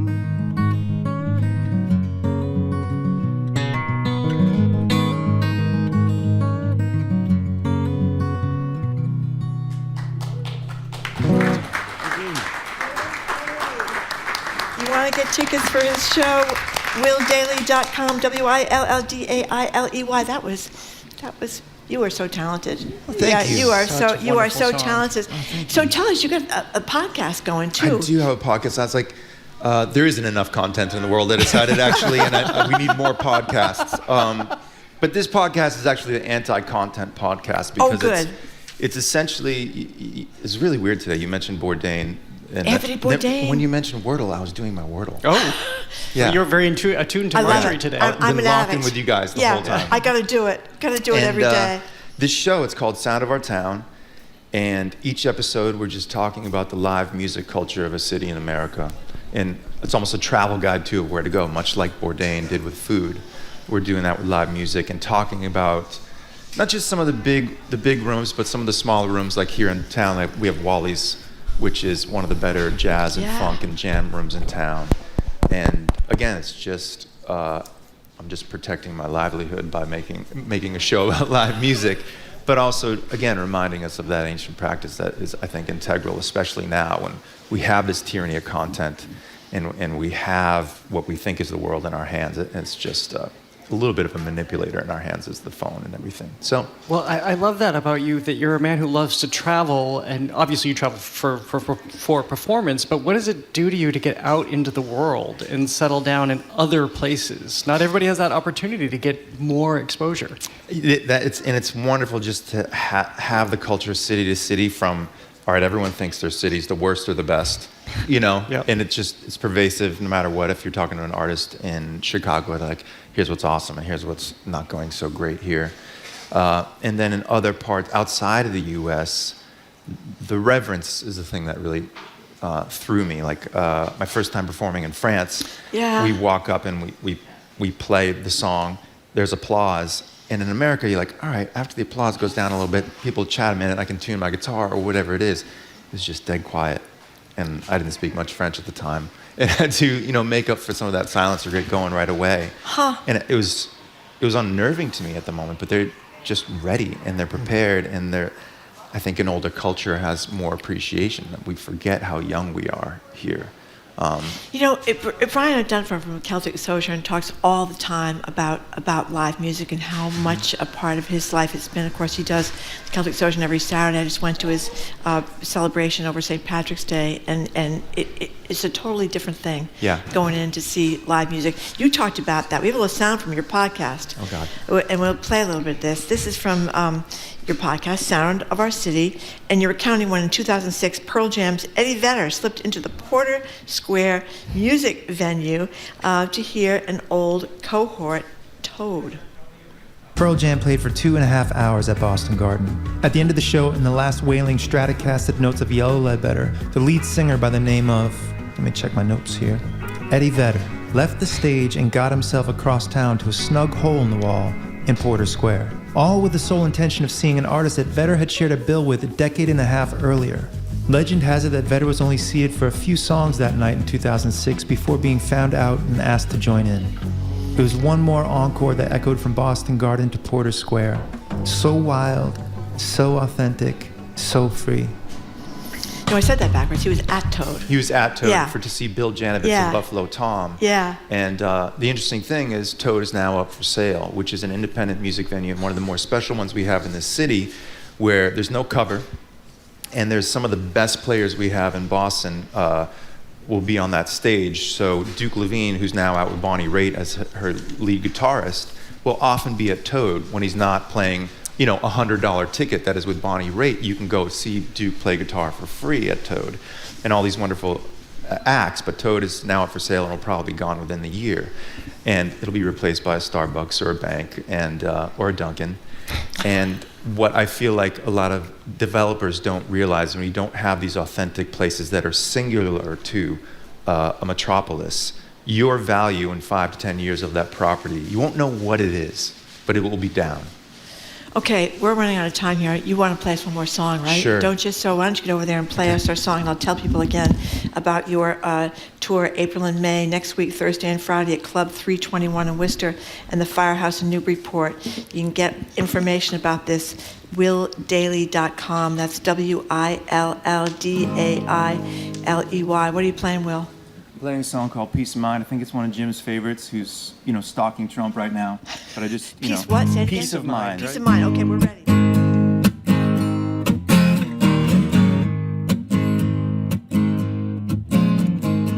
Tell me I'm the only one.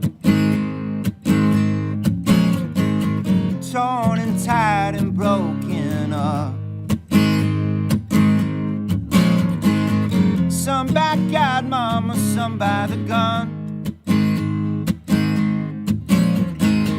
Rushed to kill another mother's son with modern law, with no modern love.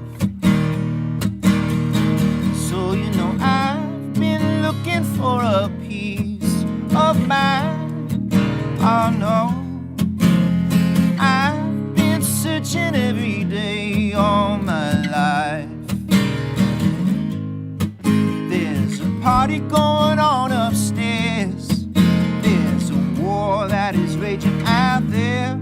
All I know, I know, I know, I know, it's hard to find peace of mind. The ignorance in my hometown. Where's the fashion, a distraction till it wears it out? And it's few who have the hammers, mama, rest they got none. Live in the sun and they die in the dust with your modern law, with no modern love. So you know I've been looking for a piece of mind. Oh no, I've been searching every day all my life. There's a party going on upstairs. There's a war that is raging out there. All I know, I know, I know, I know, it's hard to find peace of mind. It's hard to find peace of mind.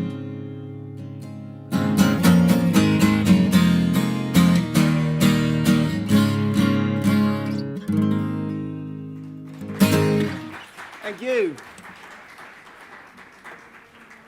Christ, Judge, tell us what you got on TV tonight on your show at 8:30 in GBH. Good time, real quick. We'll speak with the independent film director turned author, John Sayles, and also my interview with Misty Copeland. She's just been named a prestigious prize winner from Jacob's Pillow Dance Festival. Will Daly, you are fabulous. Will Daly, you've got an opportunity if people want to hear their song. You can go over and see Will after the show. Thank you so much for coming pleasure. in. Peace of Mind is a great song. I've heard that so many times. Yeah. It is a great song. I want to thank our crew, Zoe Matthews, Aidan Conley, Nicole Garcia, Hannah Loss, our engineer, John McClaw Parker, Brian Bell, our executive producer, Jenny Bologna, and the team here at the library, Sai Patel, Evelyn Brito, and Colin Cockrell. Thanks for tuning in. Hope you can tune in Monday and have a great weekend.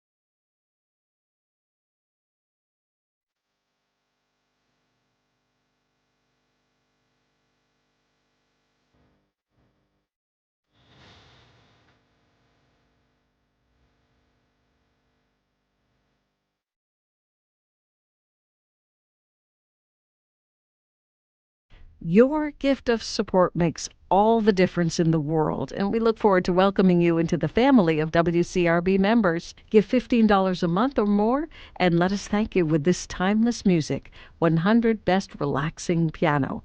ClassicalWCRB.org or 888